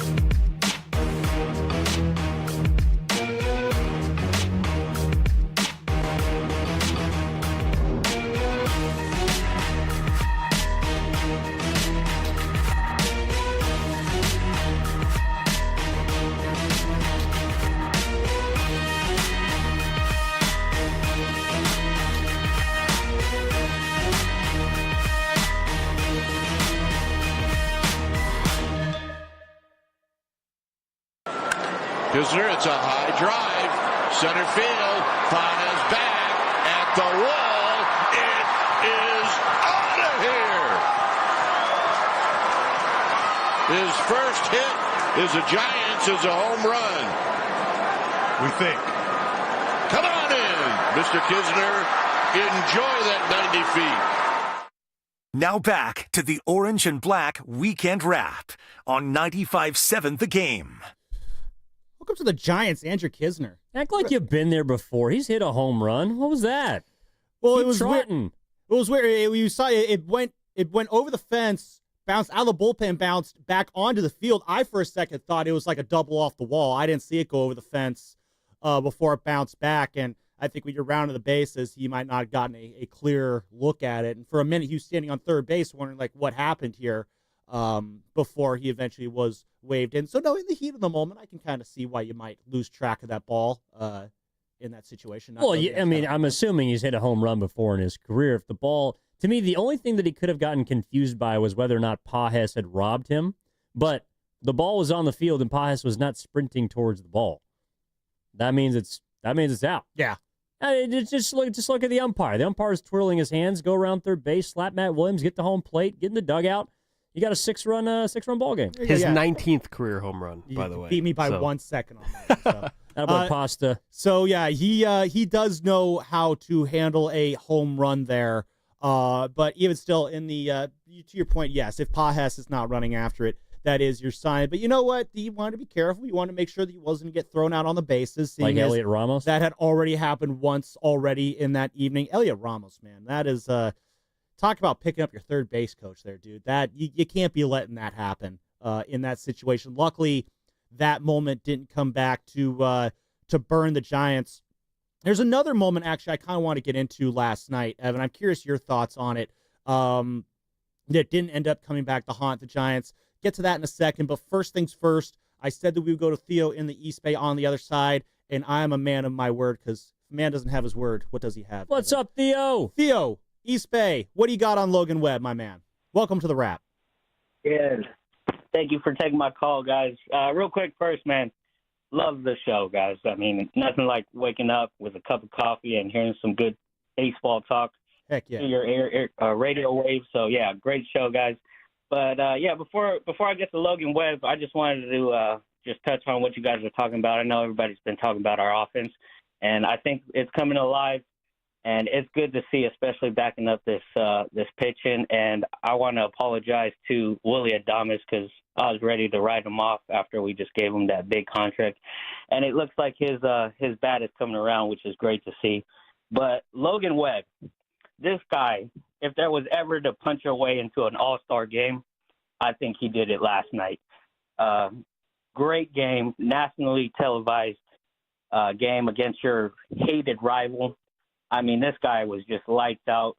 And I just wanted to ask you guys, I mean, you guys don't have to answer because I don't want to derail your show or anything, but do we give Logan Webb enough credit as fans and as media members? Because this guy has been an absolute gem as a pitcher for us and a great Giant. That's all I got, boys. Cheers. Thanks for calling in there, Theo. I don't know. Let's answer that a little bit. Do you think we give Logan Webb enough credit as the ace of this team, Evan? Yes, we do. But I will say that compared to the other aces in baseball, I don't think that his name is often in those conversations. Yeah. Like, to me, Logan Webb has been one of the top, I would say 3 or 4 in the National League, most consistent starting pitchers since he emerged in 2021. You can make a case he's top 3, top 4 conservatively. And so from that standpoint, yes. But to me, it's because he doesn't have the flashy pitch. He doesn't have the big personality. He hasn't pitched for a team outside of that one season in 2021 that has really been that notable or worth calling home about. But Logan Webb he's one of the best pitchers in baseball. And to me, that's where, like last night, before the game, I was sitting in this chair talking to Granny on Willard Dibs, and Granny was hesitant about the series. I get it. You guys are conditioned as Giants fans to feel like there's no chance we can beat the Dodgers, or this is going to be a tough series, and I'd be happy to take one of three. I get that. However, Logan Webb's the reason why I thought they were going to win last night's ball game. Mm-hmm. And it's because I think he's better than Yamamoto as a pitcher. And to me, when I'm looking at how I would either or bet a game or predict a game in baseball, you have to start with the starter. And Logan Webb, quietly in the month of June, through his 3 starts, has been the best pitcher in the National League. And it's because he's introduced a new pitch in the cutter. It's because he's finding ways to reinvent himself. And it's because he's adding that already on top of an incredible Bulldog base that has no problem giving up an early run, navigating early walks, and battling the way only few pitchers in baseball can. So to me, Logan Webb, he gets credit from this fan base, but in comparison to his peers of top-flight aces, Cy Young candidates in baseball, that to me is still where his name is sort of left a little bit hollow. Because when you talk about Skeens, you talk about Yamamoto, you talk about the Scoobles, you talk about, even in recent years, the Snells, the big guys with the big arms. Webb just kind of seems to get left out, and I think that we need to do a little bit better in that regard. Well, I think we think ace, especially in this market. When we think ace, I'm gonna think about Tim Lincecum. I'm gonna think about Madison Bumgarner. I'll even go back as far as to say Jason Schmidt. What those 3 guys have in common is they could just blow you away at any chance. And when you look at the best pitchers in the game today, guys like, Tarek Skubal, who, dominating for the Tigers this year. Paul Skeens. Think about guys like Mackenzie Gore, who's having a great season for Washington right now. Hunter Brown, who's come out of nowhere to have a great year for Houston. You're looking at guys who just, or Zach Wheeler is another great example here as I look at the best pitchers in the league this year. Those guys all have just like nasty strikeout stuff. They're known for being guys who just can blow something by you or throw something nasty and make you look silly. Whereas Logan Webb is a ground ball pitcher. Now, his strikeout rate is up this year. He's got about 10 strikeouts per 9 innings, which is, right up there with a lot of the other league leaders right now. But, Evan, you talk about, over the last few years, going back to 2021, since he burst onto the scene that year, he has a 3.11 ERA. That is 4th best in baseball over that period of time. That is a very large sample size. That is 4.5 seasons worth of baseball there. And he has got the 4th best ERA in that time behind Framber Valdez, Zach Wheeler, and Corbin Burns, who unfortunately is going to be done for the next year and a half after undergoing Tommy John surgery. So Logan Webb, if you define an ace as being like the best pitchers in baseball over a long, consistent period of time, Logan Webb has absolutely checked off that box and proven that he is as good as any. He showed in that playoff series against the Dodgers that he can be that lockdown ace in the playoffs. So I think just because he gets outs in a way that, doesn't light up a highlight reel, like you could watch you watch Tariq Skubal, strike out 13 guys all day long. I love watching guys, just whiff dudes one after another. Ground balls just aren't as fun to watch as a highlight reel. But at the end of the day, Evan, I look at the results. And the results are that Logan Webb does what you want pitchers to do. He gets outs. And that is why I absolutely look at him as one of the true aces in this league. I want to play this for you, Evan. We had Chris Rose on. Well, first of all, Skubal's on a different planet. Oh yeah, absolutely. Like, it's Skubal and then everybody different levels else. of ace. Yeah, I hear you there. Yeah. No, I'm not trying to say that Logan Webb and Tariq Skubal are on the same plane, but when you look at if you're to make an aces club and you can only, you have the velvet rope and only certain guys can get in, I think Skubal gets in. Obviously, that's not a hot take. But I think Logan Webb is also allowed in that club. Maybe Tariq Skubal has the nicer table at the back of the club than Logan Webb, but he's still in that club. Tarek Skubal's the one that's letting people into the club. And I would say that he owns the club? Yeah, he does own the club. He's been that dominant over the last year and a half. But I would say there's probably around 12 aces in baseball. And you're right, that Logan Webb is absolutely one of them. Yeah. Do you want to name the 12, or is that too long of an exercise? I don't want to put you on the spot. Skubal. Okay. Wheeler. That's 2. All right. I know that Hunter Brown has statistically been better, but I would say the ace of that staff to me is Valdez. I agree with that, yeah. Sale. Skeens. Agree with that. I would lean Fried over Rodon in New York. Yeah. No qualms there. He hasn't done it enough, but he's approaching it. DeGrom, just because he's been hurt the last couple of years, but he's an ace. That's actually just to stop there. I mean, the fact that he's still kind of on that level despite everything he's gone through injury-wise. Like, you talk about just great careers. Again, Jacob DeGrom, just absolutely right up there in terms of great ace pitchers. Yeah, Bubich for Kansas City. He is dealing this year. I still got a couple more to play with. Oh, Crochet in Boston is an ace. So I think I got 8 for you right there. Gore. Mackenzie Gore is an had ace. a great year. So that's 9. I would give Cease that nod. Dylan Cease. Yeah, don't hate that. And then from there, so I got 10 for you. So you got 2 more spots. Yeah, I went DeGrom over Eovaldi, but Eovaldi might be their ace too. I think this is tough. Merrill Kelly. I like Merrill Kelly. I look at him I kind of look at him as a really good number 2 though. He's been the ace of their staff this season, even when Corbin Burns didn't blow out his elbow. Yeah. And then from there, I mean, some guys have been hurt, but yeah, so actually probably just about 10. Yeah, I think that's a good list there. Zach Wheeler, did you mention him on that list? I think he's on there as well. And again, yeah. Sorry. But yeah, no, I think to your point, you have a good list of just the true aces in baseball. My brother just texted me. He said Cease has been trashed this year. I'm sorry. You got to look at the underlying metrics, bro. Oh, we're looking under the hood. Well, You got to look under the hood to see what pitchers are doing. Just threw 6 shutout against the Dodgers. Put them on the bump. Give them the ball in a big game. Matters. That's enough, Jack. That's enough, Jack. Dylan Cease, though, he does have a 4.28 ERA this year, so it has been a little rough. But at the same time, Evan 5-1-0 with a nice suggestion. Garrett Cole, if he wasn't hurt, it would definitely be in there. That's a good one as well. Let's see if the YouTube chat has any ace suggestions here. David Peterson, quietly. They do. That is true. By the way, YouTube chat does not have any suggestions. Way to come through their YouTube chat, sponsored by First NorCal Credit Union. He is not anymore. Is Kershaw? No, Kershaw is not. He is definitely an ace in his twilight years, though I'm always going to hold Kershaw in high regard in terms of great pitchers. But we had Chris Rose on the Morning Roast a couple weeks ago, and he had a great answer on. We asked him, do you think Logan Webb's an ace? And obviously, Chris has Logan Webb on his podcast a lot, so Chris is very familiar with him. And I really like the answer that he gave on where Logan Webb sits in the ace debate. Yeah, he is. And here's why I do. Makes every start, which in today's game, you can't take lightly. He is out there every 5th day. He is pissed if he doesn't see the 7th inning. So when he only sees 6, he's steaming for those 4 days in between his starts. This year, he's actually striking out a ton more guys than he ever has. I mean, if you look at his line last night, 6 innings, 10 Ks, 1 walk, 3 earned, 7 hits.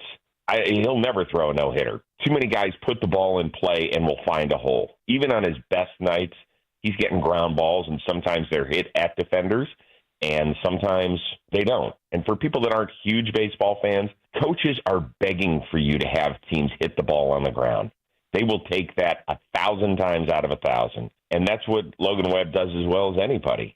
So you know exactly, A, that you can depend on him to show up, B, that if you turn the TV on for the first time in a Giants game and it's a 6th or 7th inning, you have a pretty good chance of still seeing Logan Webb out there. To me, that is an ace in today's world. Again, I think, Chris makes a great point. It's just he doesn't get outs in the most flashy of ways, but he does get outs. And another thing, again, as he says at the end there, Logan Webb does what a lot of pitchers don't really do that much anymore, and that is eat up innings. He's able to go 7 innings last night. Again, he's got the 7 starts of 7 innings or more, in contrast to the Dodgers, who have 2 such starts this year. Going deep into games is a lost art. And right now, Logan Webb, he is battling with, Crochet Skeens, Luis Severino, and Tarek Skubal, and Framber Valdez. Those are the only guys who have pitched 90 innings of baseball this year. He's be battling with those guys for the innings pitch lead. And that is something that means a lot to him for Logan Webb. He wants to gobble up as many innings as possible. He loves being that long guy. He is almost kind of a throwback in that sense, to where, he is one of the few guys who you can depend on to go 200 innings and spare your bullpen of having to come in and put more wear and tear on those arms. You just don't have a lot of those guys anymore. And again, it's just we have a very fixed definition of what an ace is, but I do think though that you should include guys who can get outs. Strikeouts are not the only way to get outs, and that is not the only way to show that you are a dependable pitcher. He's there every fifth day. He's going deep into games, getting to the sixth, seventh innings. He's getting outs at a clip that you want. Oh, and of course, it does not help. It does help the fact that, as I dismiss strikeouts, he's becoming kind of a strikeout pitcher too this year as well. Well, how I would define an ace, first and foremost, we're getting a lot of great suggestions from the text line, 707, saying the only true ones are Skubal and Skeens. To me, those are the two best pitchers in baseball. But what an ace is to me, Sam, and that's why I think there's a lot more of them than you'd think. It's got to be the one guy, so there can only be one per team.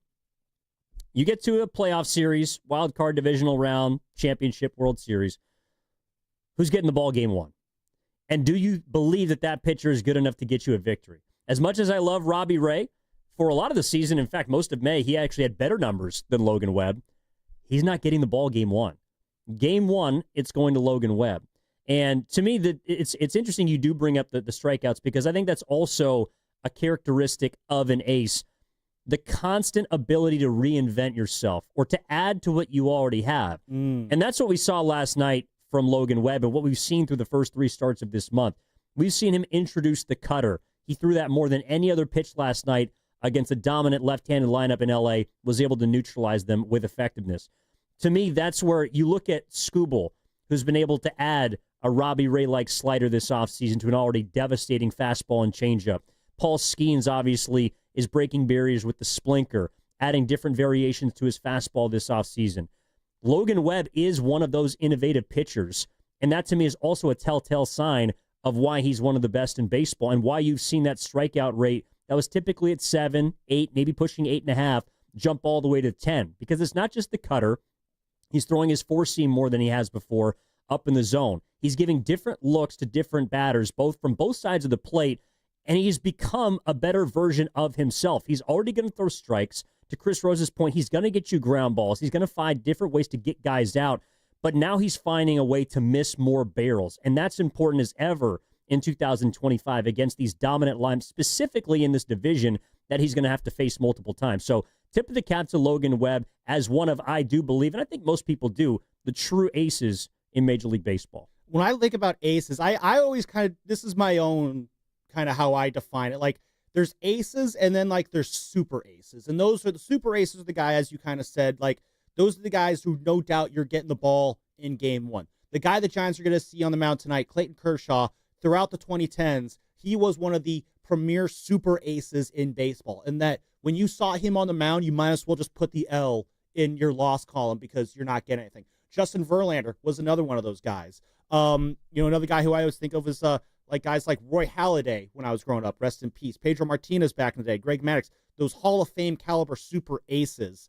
And then you kind of have your just normal aces or your number ones.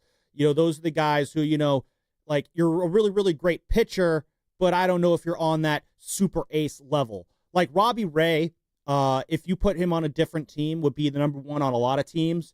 But I don't know if I put Robbie Ray as that super ace caliber pitcher. Even though he's a very, very good pitcher, he's having a great year. He has a Cy Young and everything.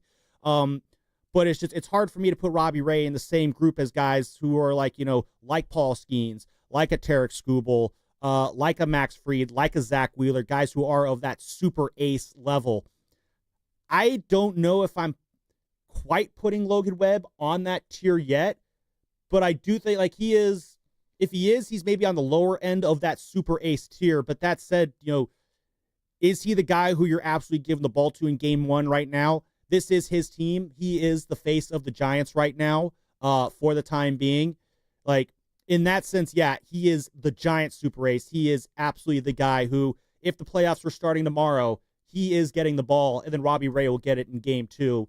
And that's about as good of a 1-2 punch as you can ask for any of these teams. And again, just you look at where Logan Webb ranks this year. I don't know how much weight you put into WAR, Evan. I don't think it's as an end-all be-all, but I do like it as kind of just like an easy apples-to-apples comparison. He's got the third highest WAR in baseball amongst pitchers behind Skeens and Skubal. So the stats would indicate, the numbers would indicate, the performance would indicate that this year he is one of the big main super aces in baseball this year. Well, it's just a level of confidence that he brings to the hill. Whenever he's on the slab, you feel like you're going to have a chance. And if you give him some sort of run support, you're probably going to win that game. I think the fact that Logan Webb has had to pitch in so many situations throughout his time as a Giant in which it's, maybe he gives up a run early and he's got to pitch in a 2-0 ball game. Like, Logan Webb is an old school pitcher with, I think, a new school approach. And that's, I got to get deep into this game, which, to your point, helps save your bullpen over the course of a season. But also, too, it's like, how can we keep this score where it is? He's going to give up some runs. He might even give up some home runs. But you're always going to be in the game. And the Giants this year, when they've been in games, they've found ways to win more often than not. And I feel like, if you put Webb on a team with an incredible offense, you put him on, let's say, like Chicago, or you put him on the Yankees, or you put him on even the Dodgers, that's where you would see the win-loss record really revert back to the mean. And so I think it's a little unfair to look at how many games he's won in his career as a reflection of who he is as a pitcher. He's not as good as Skubal. I don't think he's as good as Skeens. But to have a guy that you can consistently throw in as a top 3 or 4 pitcher in your league year in and year out, that's not something that you should just take for granted. And in fact, with his trajectory and the way that he's moving, like, I know that Lincecum is always going to have those 2 years in which he was the most dominant pitcher in baseball.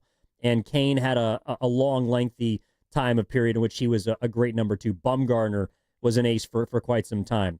But do not count out Logan Webb as being remembered as one of the greatest Giants pitchers to ever lace him up. Oh, no. If he continues to do this, which he has shown no sign of stopping down for over the next couple of seasons. He's going to be here. He's on a great contract.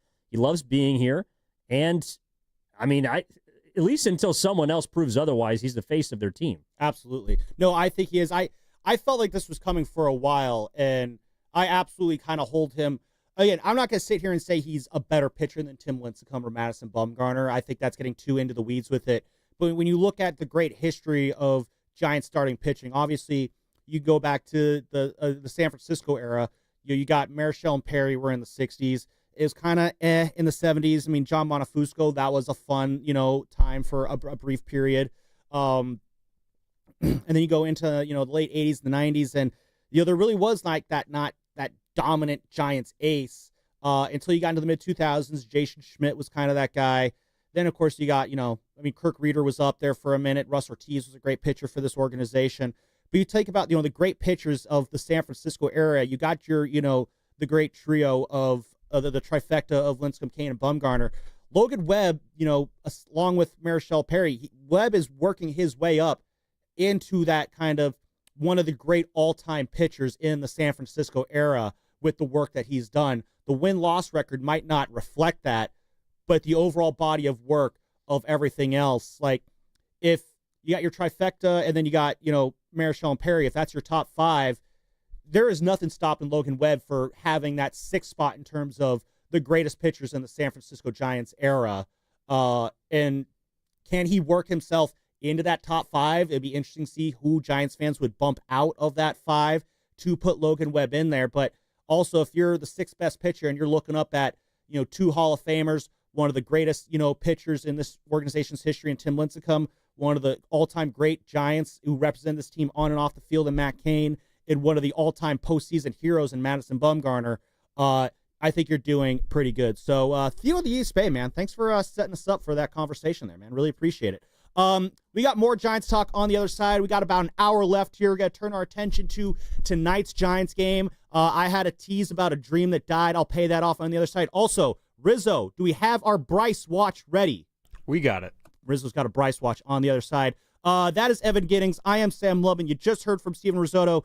Zach, you want to say anything? Just want to say hi to everybody? No? Okay. Maybe we'll hear from Zach on the other side. I want to give you some airtime there, man. All that is brought to you by Fremont Bank. Here for you, here for good.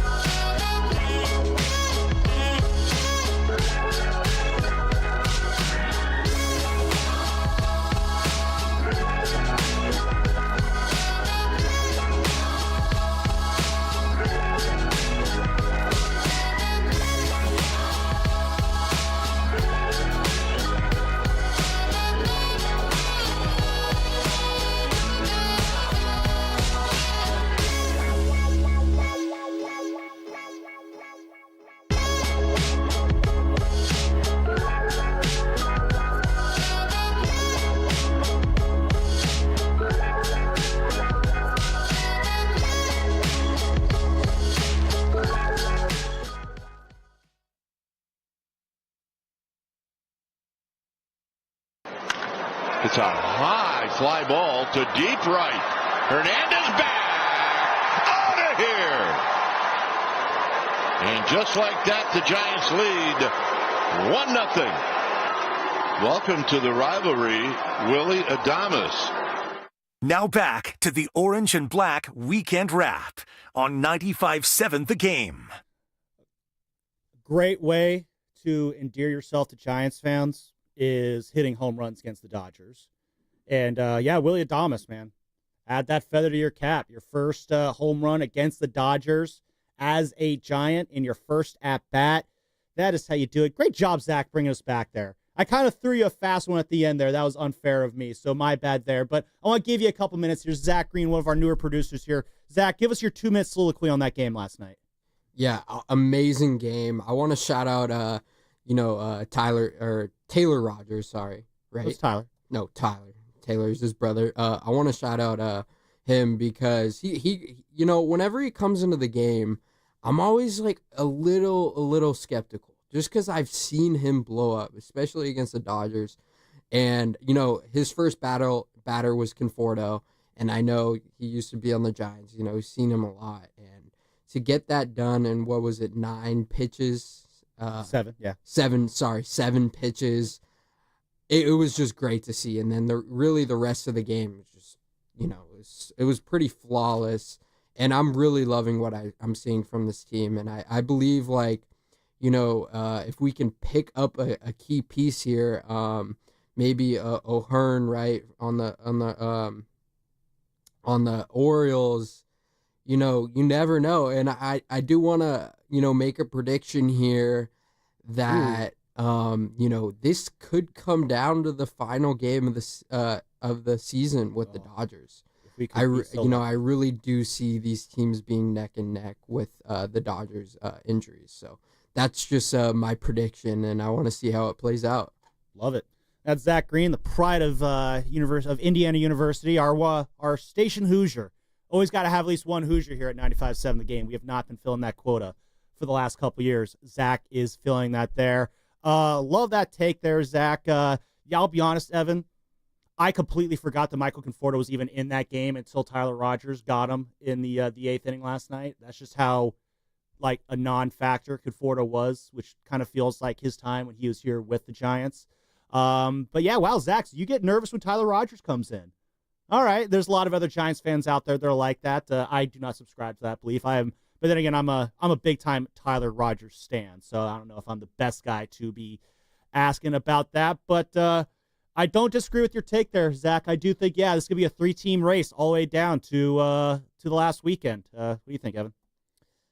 If you're ever looking for how to notice or not notice Michael Conforto, any ball to left field, just pay attention to how far he is away from the ball when it lands. Michael Conforto is one of the worst outfielders I've seen in some time. And any ball down the left field line, there's going to be 5 seconds before a left fielder comes into the frame. That's how you know it's Michael Conforto. So there's that. 3-team race. Yeah, I wouldn't necessarily count the Diamondbacks yet. Obviously, they took a massive blow with Corbin Burns going down with Tommy John. But they can hit. And that's always kind of a sneaky, dangerous team. So I don't think we're at the point yet where you can dismiss them. I think they're about 500 right now. But the Giants obviously have an inroad to the division along with the Dodgers and the Padres. I think it's just setting up for some really exciting baseball in division. That was actually one of the things that I'd remain apprehensive about the Giants. It's that though they'd been playing well and they've been winning some tight games, up until that Padres series, they hadn't really played anybody in the division. I think they still got all their games left with Arizona. Oh, no, they did. They lost 2 of 3 to Arizona. Was that in Arizona? That was at home. No, that was at Oracles. I remember that Wednesday start. Jordan Hicks got lit up, and then he was. Oh yeah. Well, if we're talking about the Jordan Hicks era, then we're in trouble. But so they haven't really played many games against their division, and I think their division is one of the best in baseball. So I kind of have to still see a little bit more of it because when you're measuring yourself against those sort of teams, that's what's going to dictate who comes out of the West. But the fact that the Dodgers are as banged up as they are, and the Giants are facing some injuries too, it's a prime opportunity to strike. I would be disappointed if the Giants lose these next 2 games and don't get this series because not often you're going to find yourself against a Dodgers pitching staff that's as destroyed as it is right now. Got to take advantage of these wins when they come. They are 1-2 against the Diamondbacks. Again, as I mentioned, they dropped 2 of 3 to Arizona when the D-backs came here last month. They are 5-2 against the Rockies. Giants are one of 2 teams in baseball with multiple losses against the Rockies, the other team being the Miami Marlins. Against the Padres, they are 2-4, but they are in a 2-game win streak there. And then, of course, not a win streak till we get to 3. Okay, there we go.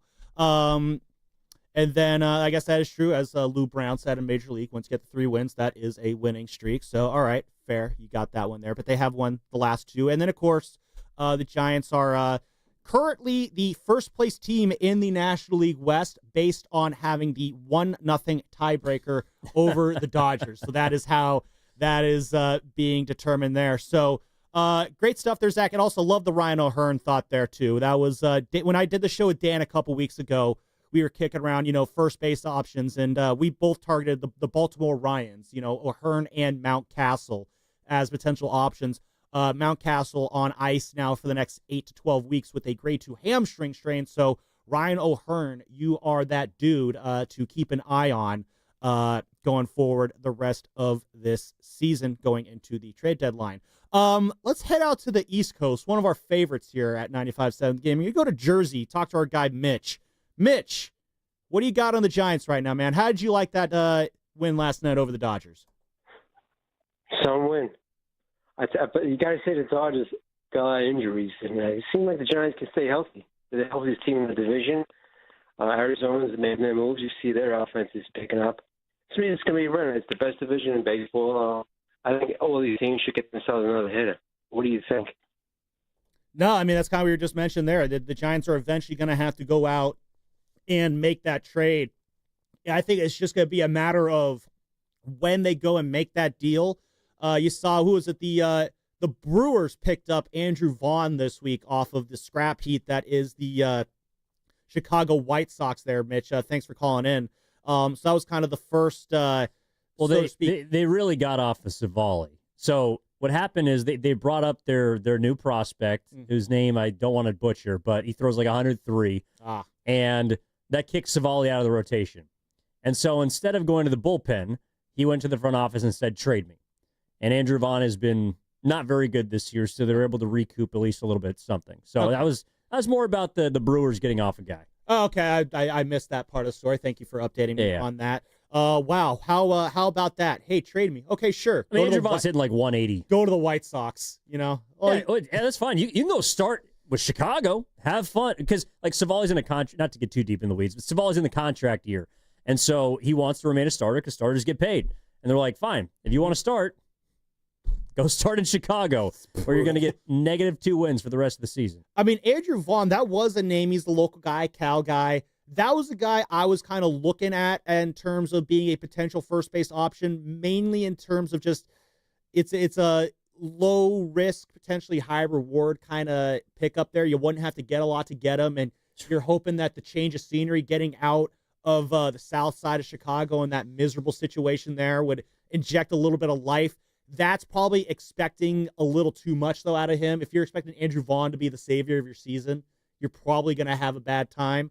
Ryan O'Hearn obviously makes all the sense in the world for the Giants right now. The problem is Ryan O'Hearn makes all the sense in the world for anyone else in baseball who's going to be looking for a first baseman. And, I think a lot of Giants fans, they probably want to see, go get that bat right now. But if I'm the Baltimore Orioles, I'm letting the deadline come to me, and that's when I'm making a deal. And Well, I don't know what the motivation would be other than unless the Giants make an offer they can't refuse. No, I think it's going to take some time. By the way, Andrew Vaughn has a worse OPS than Lamont Wade Jr. So that's why. Yeah, he stinks. But the thing is, the Giants are in a position, I think, to let this play out a little bit. And I know that might sound crazy to a lot of people. Like, you got to make the trade. You got to get it now. You got to get a bat in here. This offense is not very good. That's all fair. But I think because, in a way, Sam, because of the Chapman injury, I would be hesitant to go out and acquire a player before this team is back to full strength. Now, Chapman, and there's some good news yesterday, right, that he's going to be reevaluated in a week. I believe that, a week they expect. I guess his to take out the splint. His timeline, I guess, was 3 to 4 weeks. Bob Melvin kind of was like, that's his timeline, not the official timeline. They're going to have obviously a better sense of things when he starts resuming baseball activities, obviously. But the numbers I'm hearing is, 3 to 4 weeks. Yeah, so that's going to be right around the deadline, a little bit before, and about the time you start pulling trigger on trades. Or I think we'll see some action around Major League Baseball before then. But that to me is also the time where then you can evaluate this group. Okay, you have to give them some time to prove that they can overcome some of these injuries. They'll get Bailey back soon, hopefully, as well. He's only on the 10-day. And at that point, once you have your full cast of characters on offense, to me, that's when you can really evaluate this group and figure out what you need. Because, again, for example, I don't think he's going to continue to hit this well, but if Dom Smith keeps swinging it the way he's been swinging it, maybe you don't need a first baseman. To me, I think if the Giants are looking for a bat or a position player, I think they got to look a little bit bigger. And to me, the easiest prize on the market, not easiest prize, but the biggest prize on the market right now is Jarren Duran. And he's someone that has been made a little bit obsolete by Boston after calling up their latest number one prospect, Roman Anthony. He'll be at Oracle Park next week, as will Duran. And I think that's where the Giants can really make an evaluation of what he's worth and what they'd be willing to give up, because he's got, I think, 2 or 3 more years of team control. He's been an MVP candidate as of late. He can play 2 of the 3, if you need all 3, outfield positions. And he's an impact bat in the top of your order. So to me, Jarren Duran is the guy that I would like to see the Giants try and bid for. The biggest question is, do you want to go head-to-head with A.J. Preller and the Padres? Do you want to try to outbid someone on the East Coast? And how far away does Buster Posey really think this ball club is? And to me, that's why you have to wait. You still have to give this team some time to prove that it can continue to win or potentially fail a little bit before pulling the trigger. I agree with everything you said there, because I do think, there is a level of patience. I want to see if Willie Adames, if he gets his back going. I think that changes the conversation in terms of what the Giants want to do. Before we hit the break here, we're going to have our Bryce check. I know Giants fans, they're going to want to see Bryce Eldridge up sooner rather than later. I think the soonest you would see Eldridge would be maybe in late July, but that's if everything goes really well for him down there, which, being that the sport is baseball and how rarely things go so perfectly in that sense, I'm not going to hold my breath for that. I would be shocked if we saw him in July. I would be too. Again, that's why I put the caveat on everything has to go well. But I've always been kind of consistent on this and saying that if Bryce Eldridge should not be looked at as the savior for this offense this year. Like, that is, I still see him as a September call-up. If he gets called up sooner, then that's my way of thinking that, okay, things are obviously going really, really well there.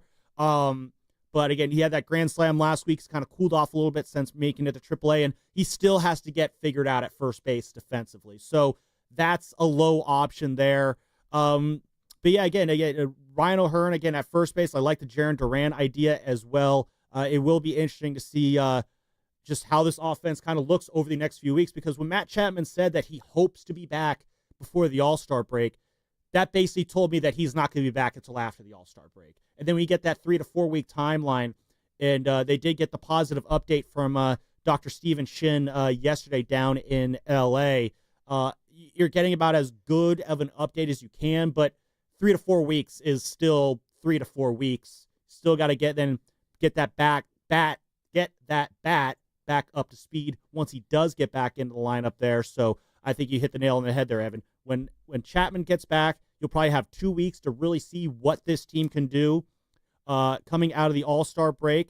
The schedule there at that time, again, you're going to be facing the Blue Jays in Toronto. You got to take on the Braves.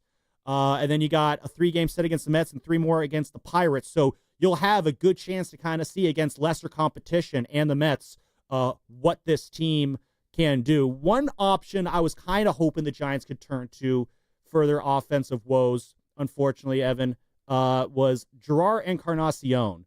The Giants found him last year. He's been bouncing around a lot. He spent some time in the Mexican League for a time. He was in the Marlins organization for a couple minutes there. He's been all over. And for me, Evan, Gerard, he had all the looks of a dude who could just crush the ball. I believe on Steiny Guru last week, you guys were having a conversation about stats that don't matter, or so. I think that was the topic of the conversation. Yeah. And Steiny and Guru were having an argument about exit velocity and how how much that matters. And Guru liked it, Steiny didn't.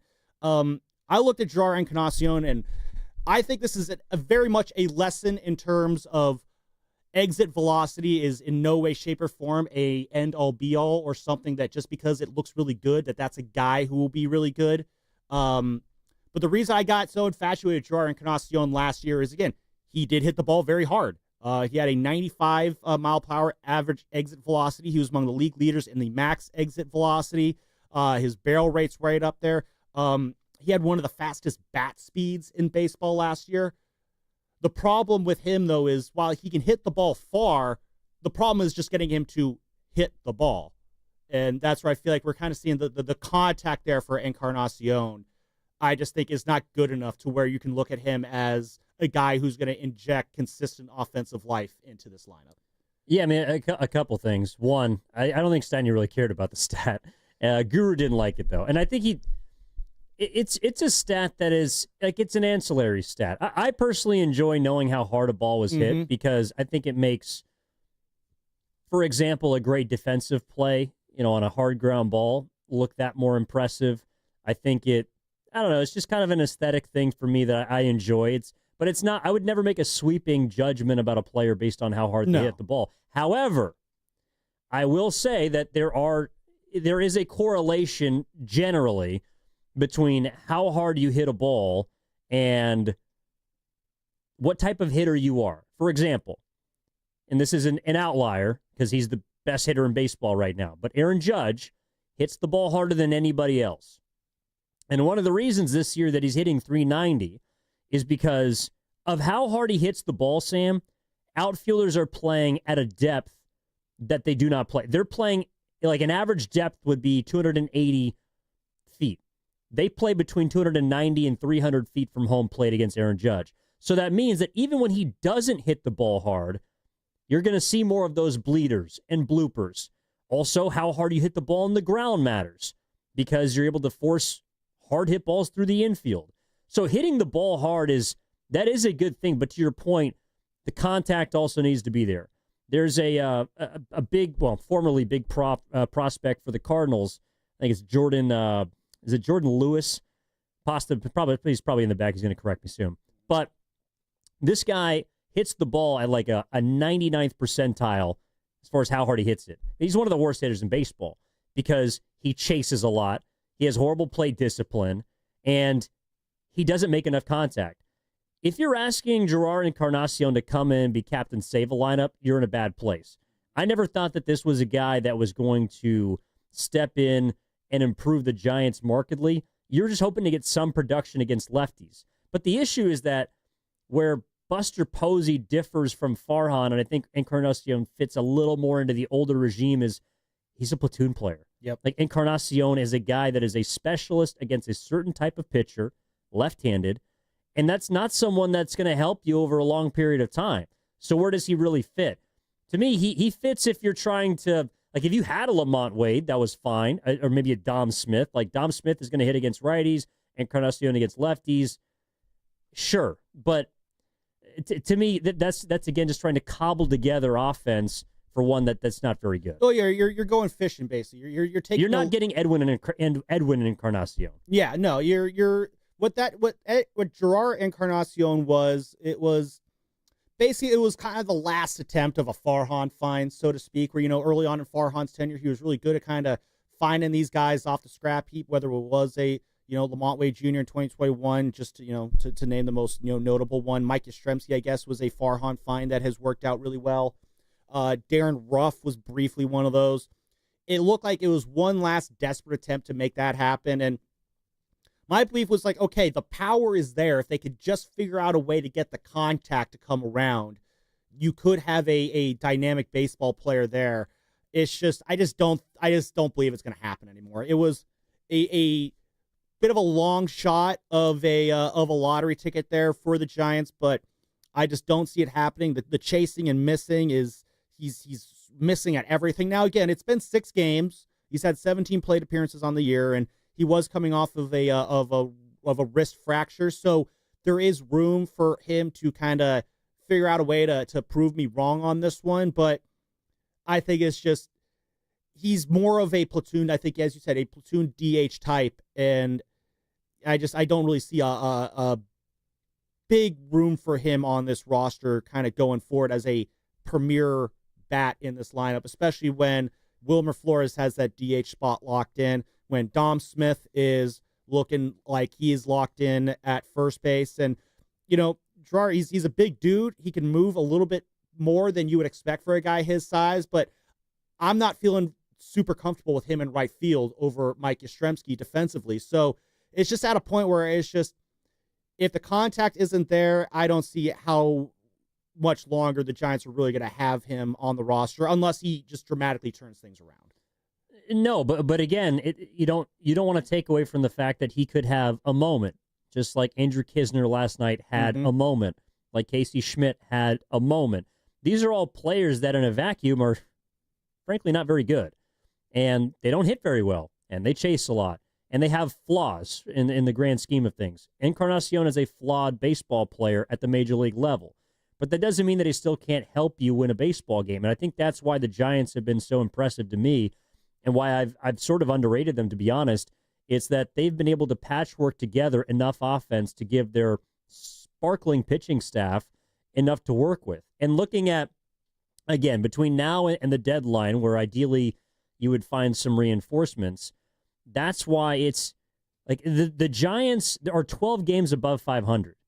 If over the next 20 games or potentially 30 games until they get Chapman back, if they go 10-10 or 15-15, that's not a bad result. And I realize that it would involve a lot of us talking about, well, who are they and what are they doing and why aren't they playing well?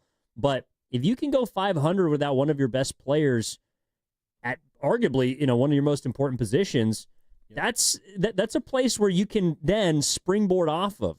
And I think that the Giants right now have a chance to be a little bit better than 500 over the next 20 or 30 games. But that's the importance of the early success that they've found, because when you've banked as many wins as they have against the teams that they've beaten, now you're in a position to sustain an injury like Matt Chapman and to have to rely on the Encarnacions or the Schmidts. And that was not a position that previous Giants teams could say that they would find success in. I think a lot of the last couple of years. I honestly think a lot of Giants fans, if you went 10-10 over these next 20, it's kind of, again, like I said at the beginning of the show, it's like when you lose your starting quarterback, can your backup just get you a split over the time that he missed? If Brock Purdy's out 4 games, can Matt Jones win 2 of those games? If Matt Chapman's going to miss 20 games, can Casey Schmidt provide enough production to help this Giants team win 10 of those 20 games? I'm not saying Casey Schmidt has to carry the Giants during that time, but can you help create enough production to get a split over that time without one of your best hitters? Yeah, I'm absolutely going to take that over that period of time. So got the final stretch coming up here. Giants-Dodgers tonight. It's going to be Landon Roop against old nemesis Clayton Kershaw. We're going to talk about that on the other side. Also later tonight at 5:30, the Valkyries are hosting the Seattle Storm, and you can hear that game right here on 95.7 The Game and the Valkyries channel on the Odyssey app. Kevin Dana, Sophia Jones, they will have the call right here on 95.7 The Game as the Seattle Storm with Skylar Diggins and Nneka Ogwumike, they are coming to town. Valkyries riding a 2-game winning streak. They're 4-5. Can they get back to 500? How was it having Coach Nakase on the other day? Oh, Natalie was great. Yeah, no, she's look, I think the team, even though they're a game below 500, they are playing an exciting brand of basketball that's got me intrigued, and obviously going to be locked into Giants-Dodgers tonight, but I'll have the Valkyries on the side for sure. Oh, yeah, a lot of different screens tonight. You got Valks, you got the Giants, Dodgers, and, of course, I believe Stanley Cup Game 5 is tonight as well. So lots of fun stuff to watch, but we're talking baseball here on the wrap. Final stretch on the other side, brought to you by Fairmont Bank. Here for you, here for good.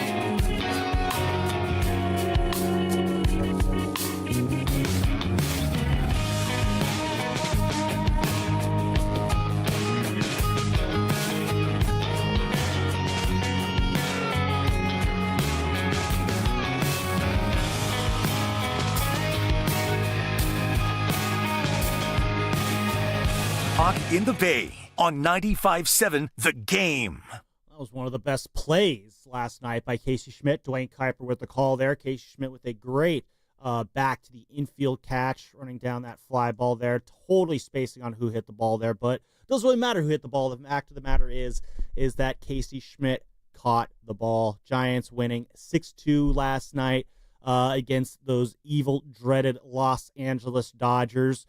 Both teams sitting atop the standings right now with equal 41 and 29 records.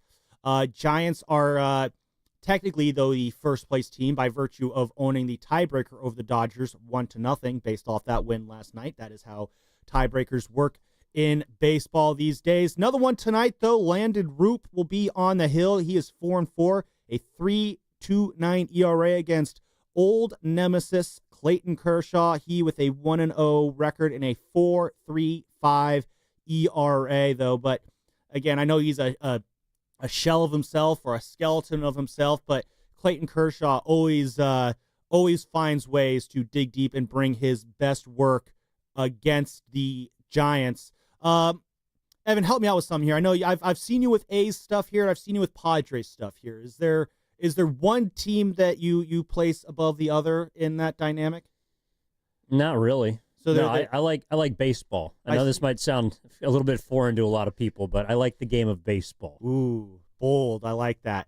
Well, I'm just kind of curious because I know you are a Padres fan, so to speak. I know you say you love baseball. So everybody thinks that I'm a Padres fan. It's because you wear Padres stuff all the time. Well, yeah, I know people that work for the organization that send me gear, and I like free stuff. But my parents live my parents live in San Diego. My brother lived there for a long time. Went to UCSD. I have friends that are in San Diego that root for the Padres, and I want them to be happy. I see. Okay, so is that an incorrect characterization of me to say that you are a Padres fan then, or? I mean, I don't feel like a Padres like what the Padres played last night against the Diamondbacks. Mm-hmm. Which game did I watch last night? Did you watch this Giants-Dodgers I watched game? the Giants-Dodgers game because that's the best game on television. Okay. You know, like I like to watch good baseball. I enjoy baseball. I see. Now, the team that I grew up loving was the Oakland Athletics, but they have since turned their back on the city. And so, this is something that I find fascinating, like fandom. You have to be a fan of a team. You have to love a specific team. I don't operate like that. And I think working in sports has made it a bit easier to do that. What I root for are great moments, great plays, and great players. I think that there are awesome people on every single team across Major League Baseball. I think there are some people that I don't really enjoy succeeding on teams in Major League Baseball. So if we're talking about, this is why I like doing the show, if we're talking about this game last night, I thought there were a lot of great moments the Giants had. I love watching Logan Webb pitch, but I would not categorize myself as a Giants fan, nor would I categorize myself as a Padres fan. I see. Okay. Yeah. No, that makes sense. I mean, there are a lot of people who are like that, especially here in the media. I met a lot of people who describe themselves as baseball agnostic is the phrase that I've heard to describe how they look at it. You know, they're guys who, used to be a Diamondbacks fan, but now they're neutral. Used to be a Tigers fan, but now they're neutral. So, no, that is in no way, shape, or form strange. I mean, honestly, that's kind of how I am for football, actually, as I grew up an Oakland Raiders fan. And then, much like what the A's did to you and your fellow A's fans, the Raiders did to myself, Joe Spadoni, and all of us other Raider fans, they turned heel and left. And when the Raiders left in the way that they did, it made it hard for me to consider myself a fan of them, but I don't want to just go pick another team. So that's kind of where I joke I'm a fan of my fantasy football team.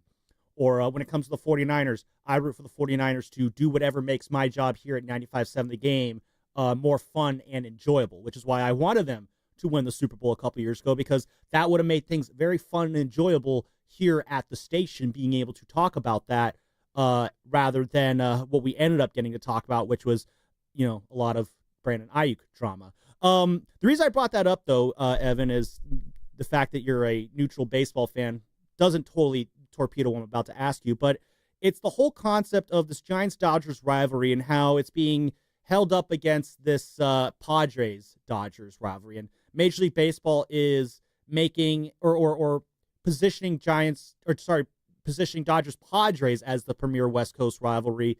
I talked about this with a Guru on the podcast the other day, but I'm curious, just where are you at on the whole? Is the Padre-Dodger rivalry the premier rivalry on the West Coast, or are you still kind of one of the old-fashioned people, or the very biased people like myself who look at Giants-Dodgers as doesn't matter what the records are, that is always the rivalry? Well, I think rivalries demand competition, and to be honest, there hasn't really been much between the Giants and the Dodgers the last 3 years. That's why I think this series was actually really important, because say the Giants get beat last night 9-0, they lose today, maybe they get swept. That's not a rivalry. That's a thrashing. And the Giants have been largely thrashed by the Dodgers, which is why, again, a lot of fans, I think, have been conditioned to believe that this series is kind of just, like clutch your pearls and twist your fingers and pray. But what I believe coming into the series is that this is where you can kind of see the rivalry come back, because both teams are competitive. The Giants were just a game back before last night of the Dodgers. They've both been playing quality baseball. And it's important to put the Giants back on the radar of the Dodgers. So I think if you talk to a lot of their fans, they don't really care about the Giants. Nor do I think they largely care about the Padres.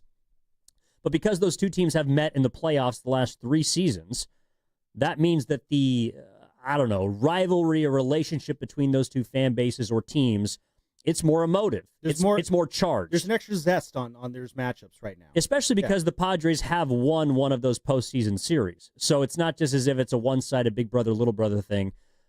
There's been losses on both sides. That's why I think the Dodgers and the Padres, like I was listening to Joe Davis and Orel Hershiser during the Padres-Dodgers series. Orel Hershiser admitted that the rivalry was between the Padres and the Dodgers. And that's someone who's obviously been a part of a lot of Giants and Dodgers games, heated moments, big games, big pitching. And so I was a bit surprised to hear that. But I do think that if the Giants can take 2 of 3, which they're in a position to, that's an eye-opening statement to me. That's why I thought last night was a statement game, why it was as significant as it was, because the Giants have not really been on the radar of West Coast baseball. But they're a good team this year. They're flying under the radar. This series is a massive one to get them back into the limelight, where I think they've proved that they can play.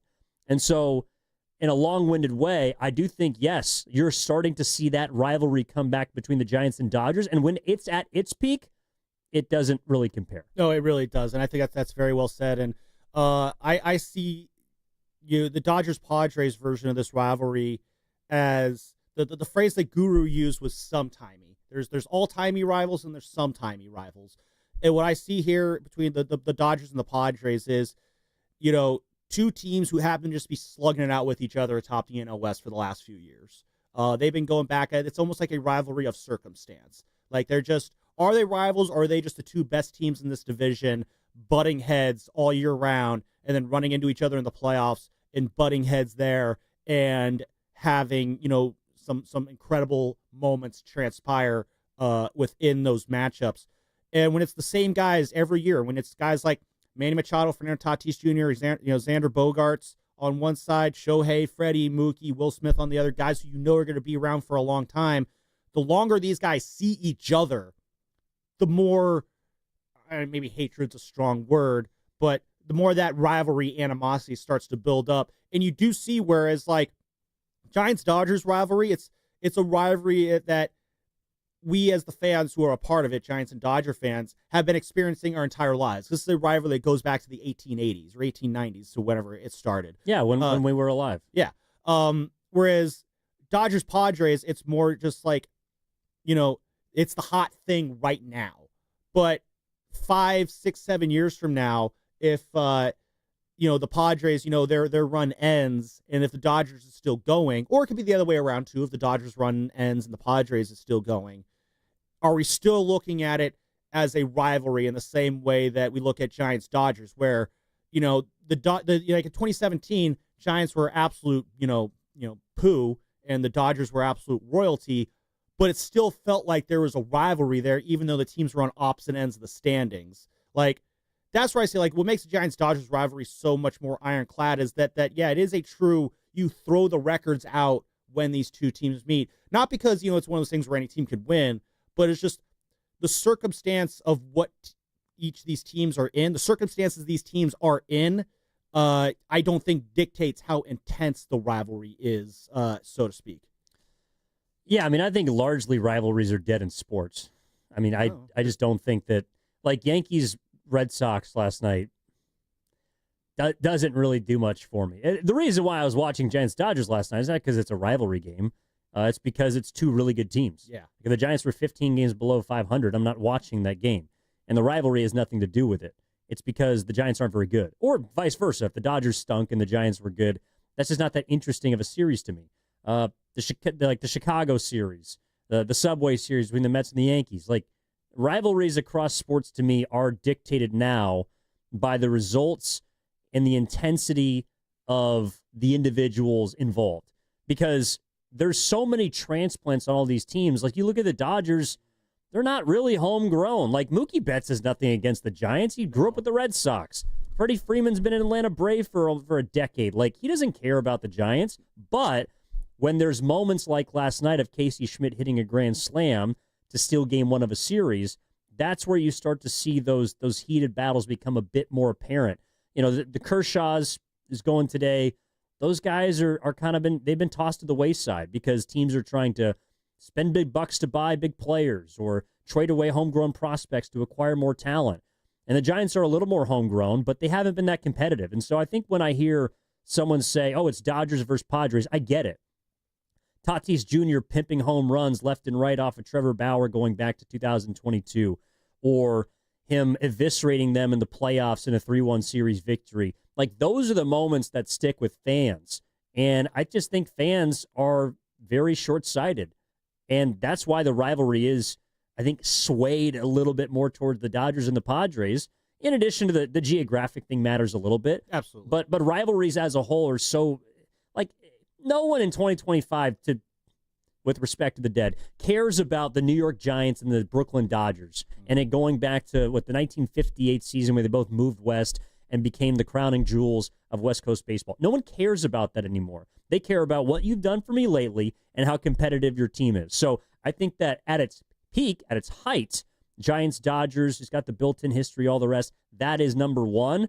But I can't fault a fan for looking at this quote-unquote rivalry and not really giving an S about it, because the Giants haven't had anything to give an S about the last 3 years. Yeah, I think for a lot of baseball fans, I would agree with that. I do think, though, for fans who are a part of it, though, obviously the history is going to be mattering more, just because it's for me as a Giants fan, it's what you grew up learning. For Dodger fans, it's the same way, and I'd be curious how, lifelong Dodger fans who have been around for a long time do kind of view the rivalry as well, because I know Giants fans, when they see the Dodgers on the schedule, it's almost like in a lost season, getting a win over the Dodgers can make so much of a difference. It's like a similar thing with college football too. If Cal's having a lost season, they're not going to a bowl game, you got that big game at the end of the year. If you can bring the axe home, it's almost like a bowl game in its own right. Like, that's kind of, again, college rivalries a little bit different than professional rivalries. But I do think there is that fan element. I always think the fan element's a little bit stronger than the players element. In terms of, like, the fans take it more seriously than the players, because you made a great point. There's so many transplants. These guys are all friends with each other now. These guys, back in the day, when guys were on the same team their entire careers, they were playing against these guys in the minors. They're playing against them in the majors. It's kind of like what you're seeing with the Dodgers and Padres, where if you play each other enough times, you just learn to hate those guys. You don't have that as much anymore, because, like, you're not gonna get into it with a guy on the other team this year because he could be your teammate next year. And so there's just so much familiarity and friendliness in sports these days. Everyone is too nice to each other almost, that I feel like that kind of takes a little bit of that edge away from rivalries, unless you have a situation like Dodgers Padres where you're meeting each other so many times that you just get sick of each other. Logan Webb was asked about kind of where the rivalry is at right now, and if the rivalry means more right now after the game. Here's what he had to say about that. No, I mean, it always feels like we're, it's hard, right? I've gotten to meet a couple of those guys over there. They're good dudes. It's not like you hate them, but when you go out there on the field, I'm not a huge fan of them. I'm trying to get all of them out. I'm trying to beat them, and all of us feel that way. And there's just something about the Dodger Giants. It's one of the best rivalries in sports, and you could feel that today. The whole crowd, the energy in the dugout, everything was just kind of amplified. You feel that at home when you face them, feel that here. So being able to come in here and do that was great start to the series. We got 2 more, and hopefully we come in tomorrow with that same energy. But yeah, it's always fun to come into LA and beat them.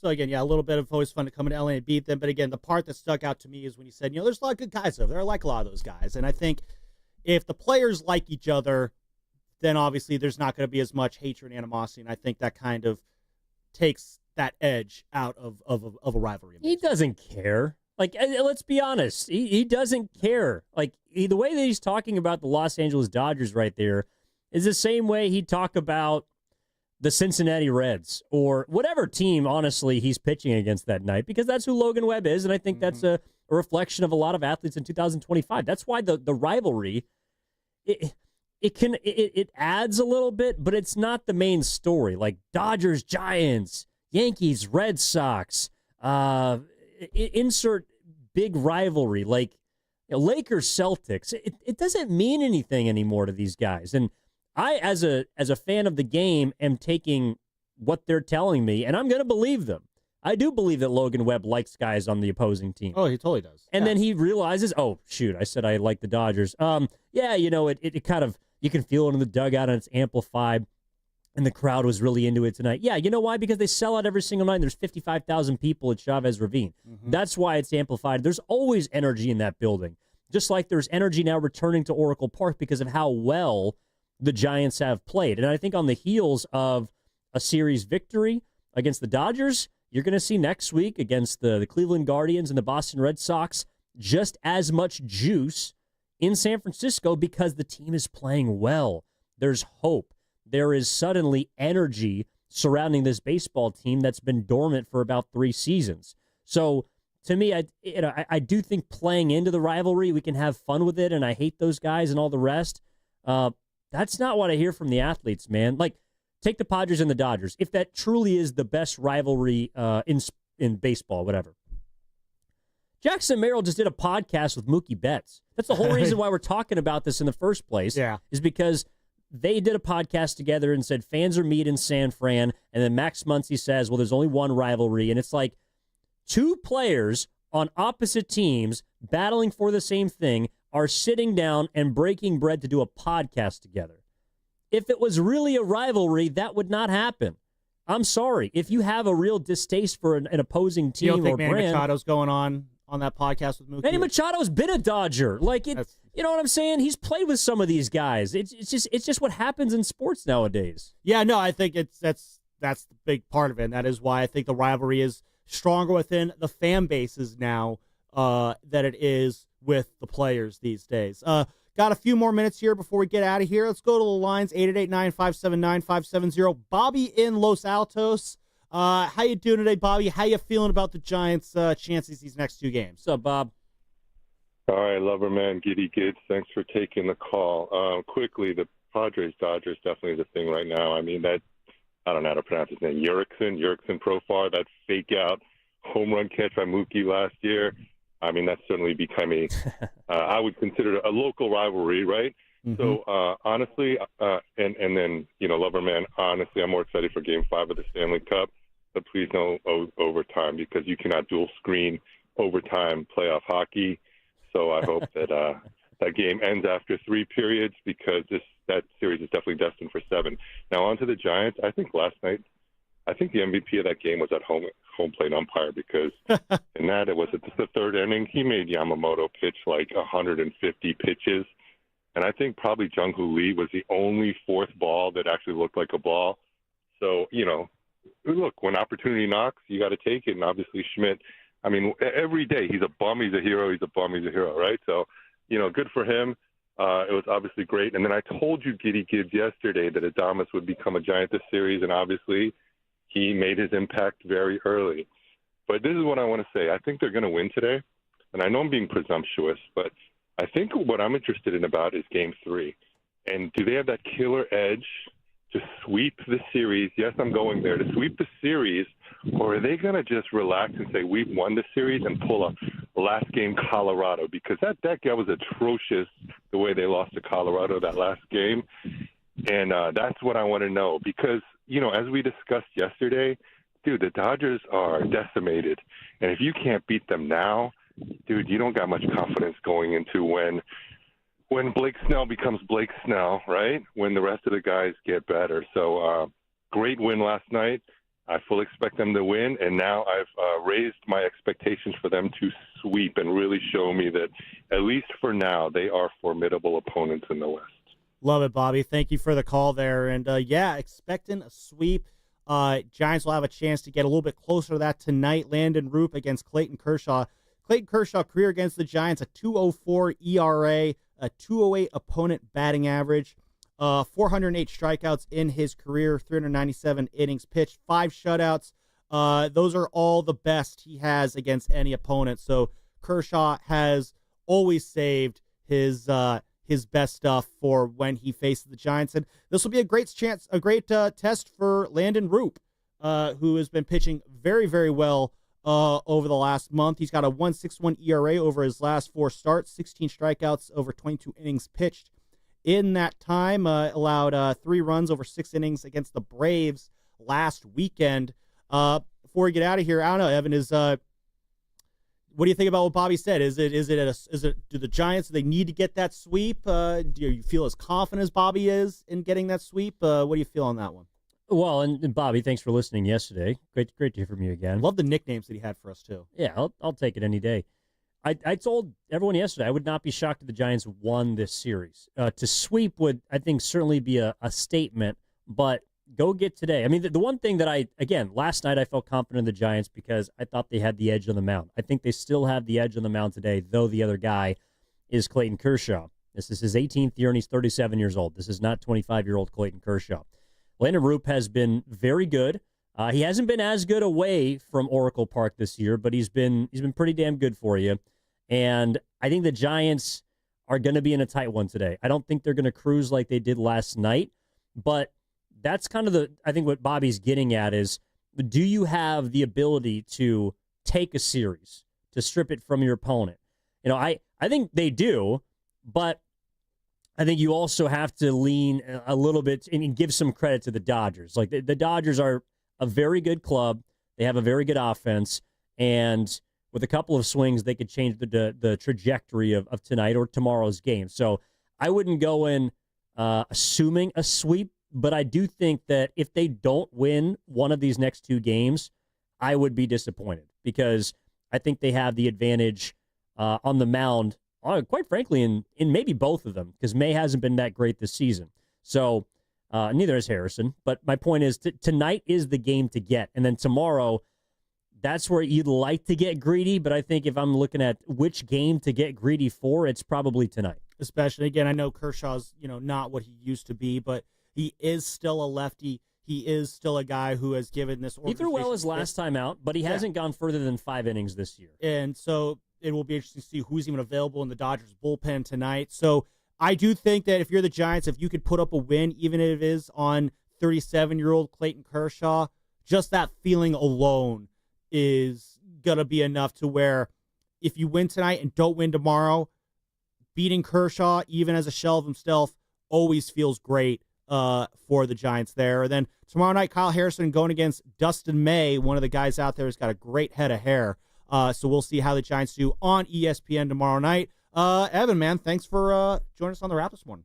Yeah, of course. Anytime. Looking forward to a great rest of the series. Definitely. All right, that was Evan Giddings. I am Sam Lubman. Thank you to everybody who called in. Thank you to the Giants for winning last night and giving us something fun to talk about. Rizzo, Zach, great job behind the glass today. And for everyone else, catch you on the next one.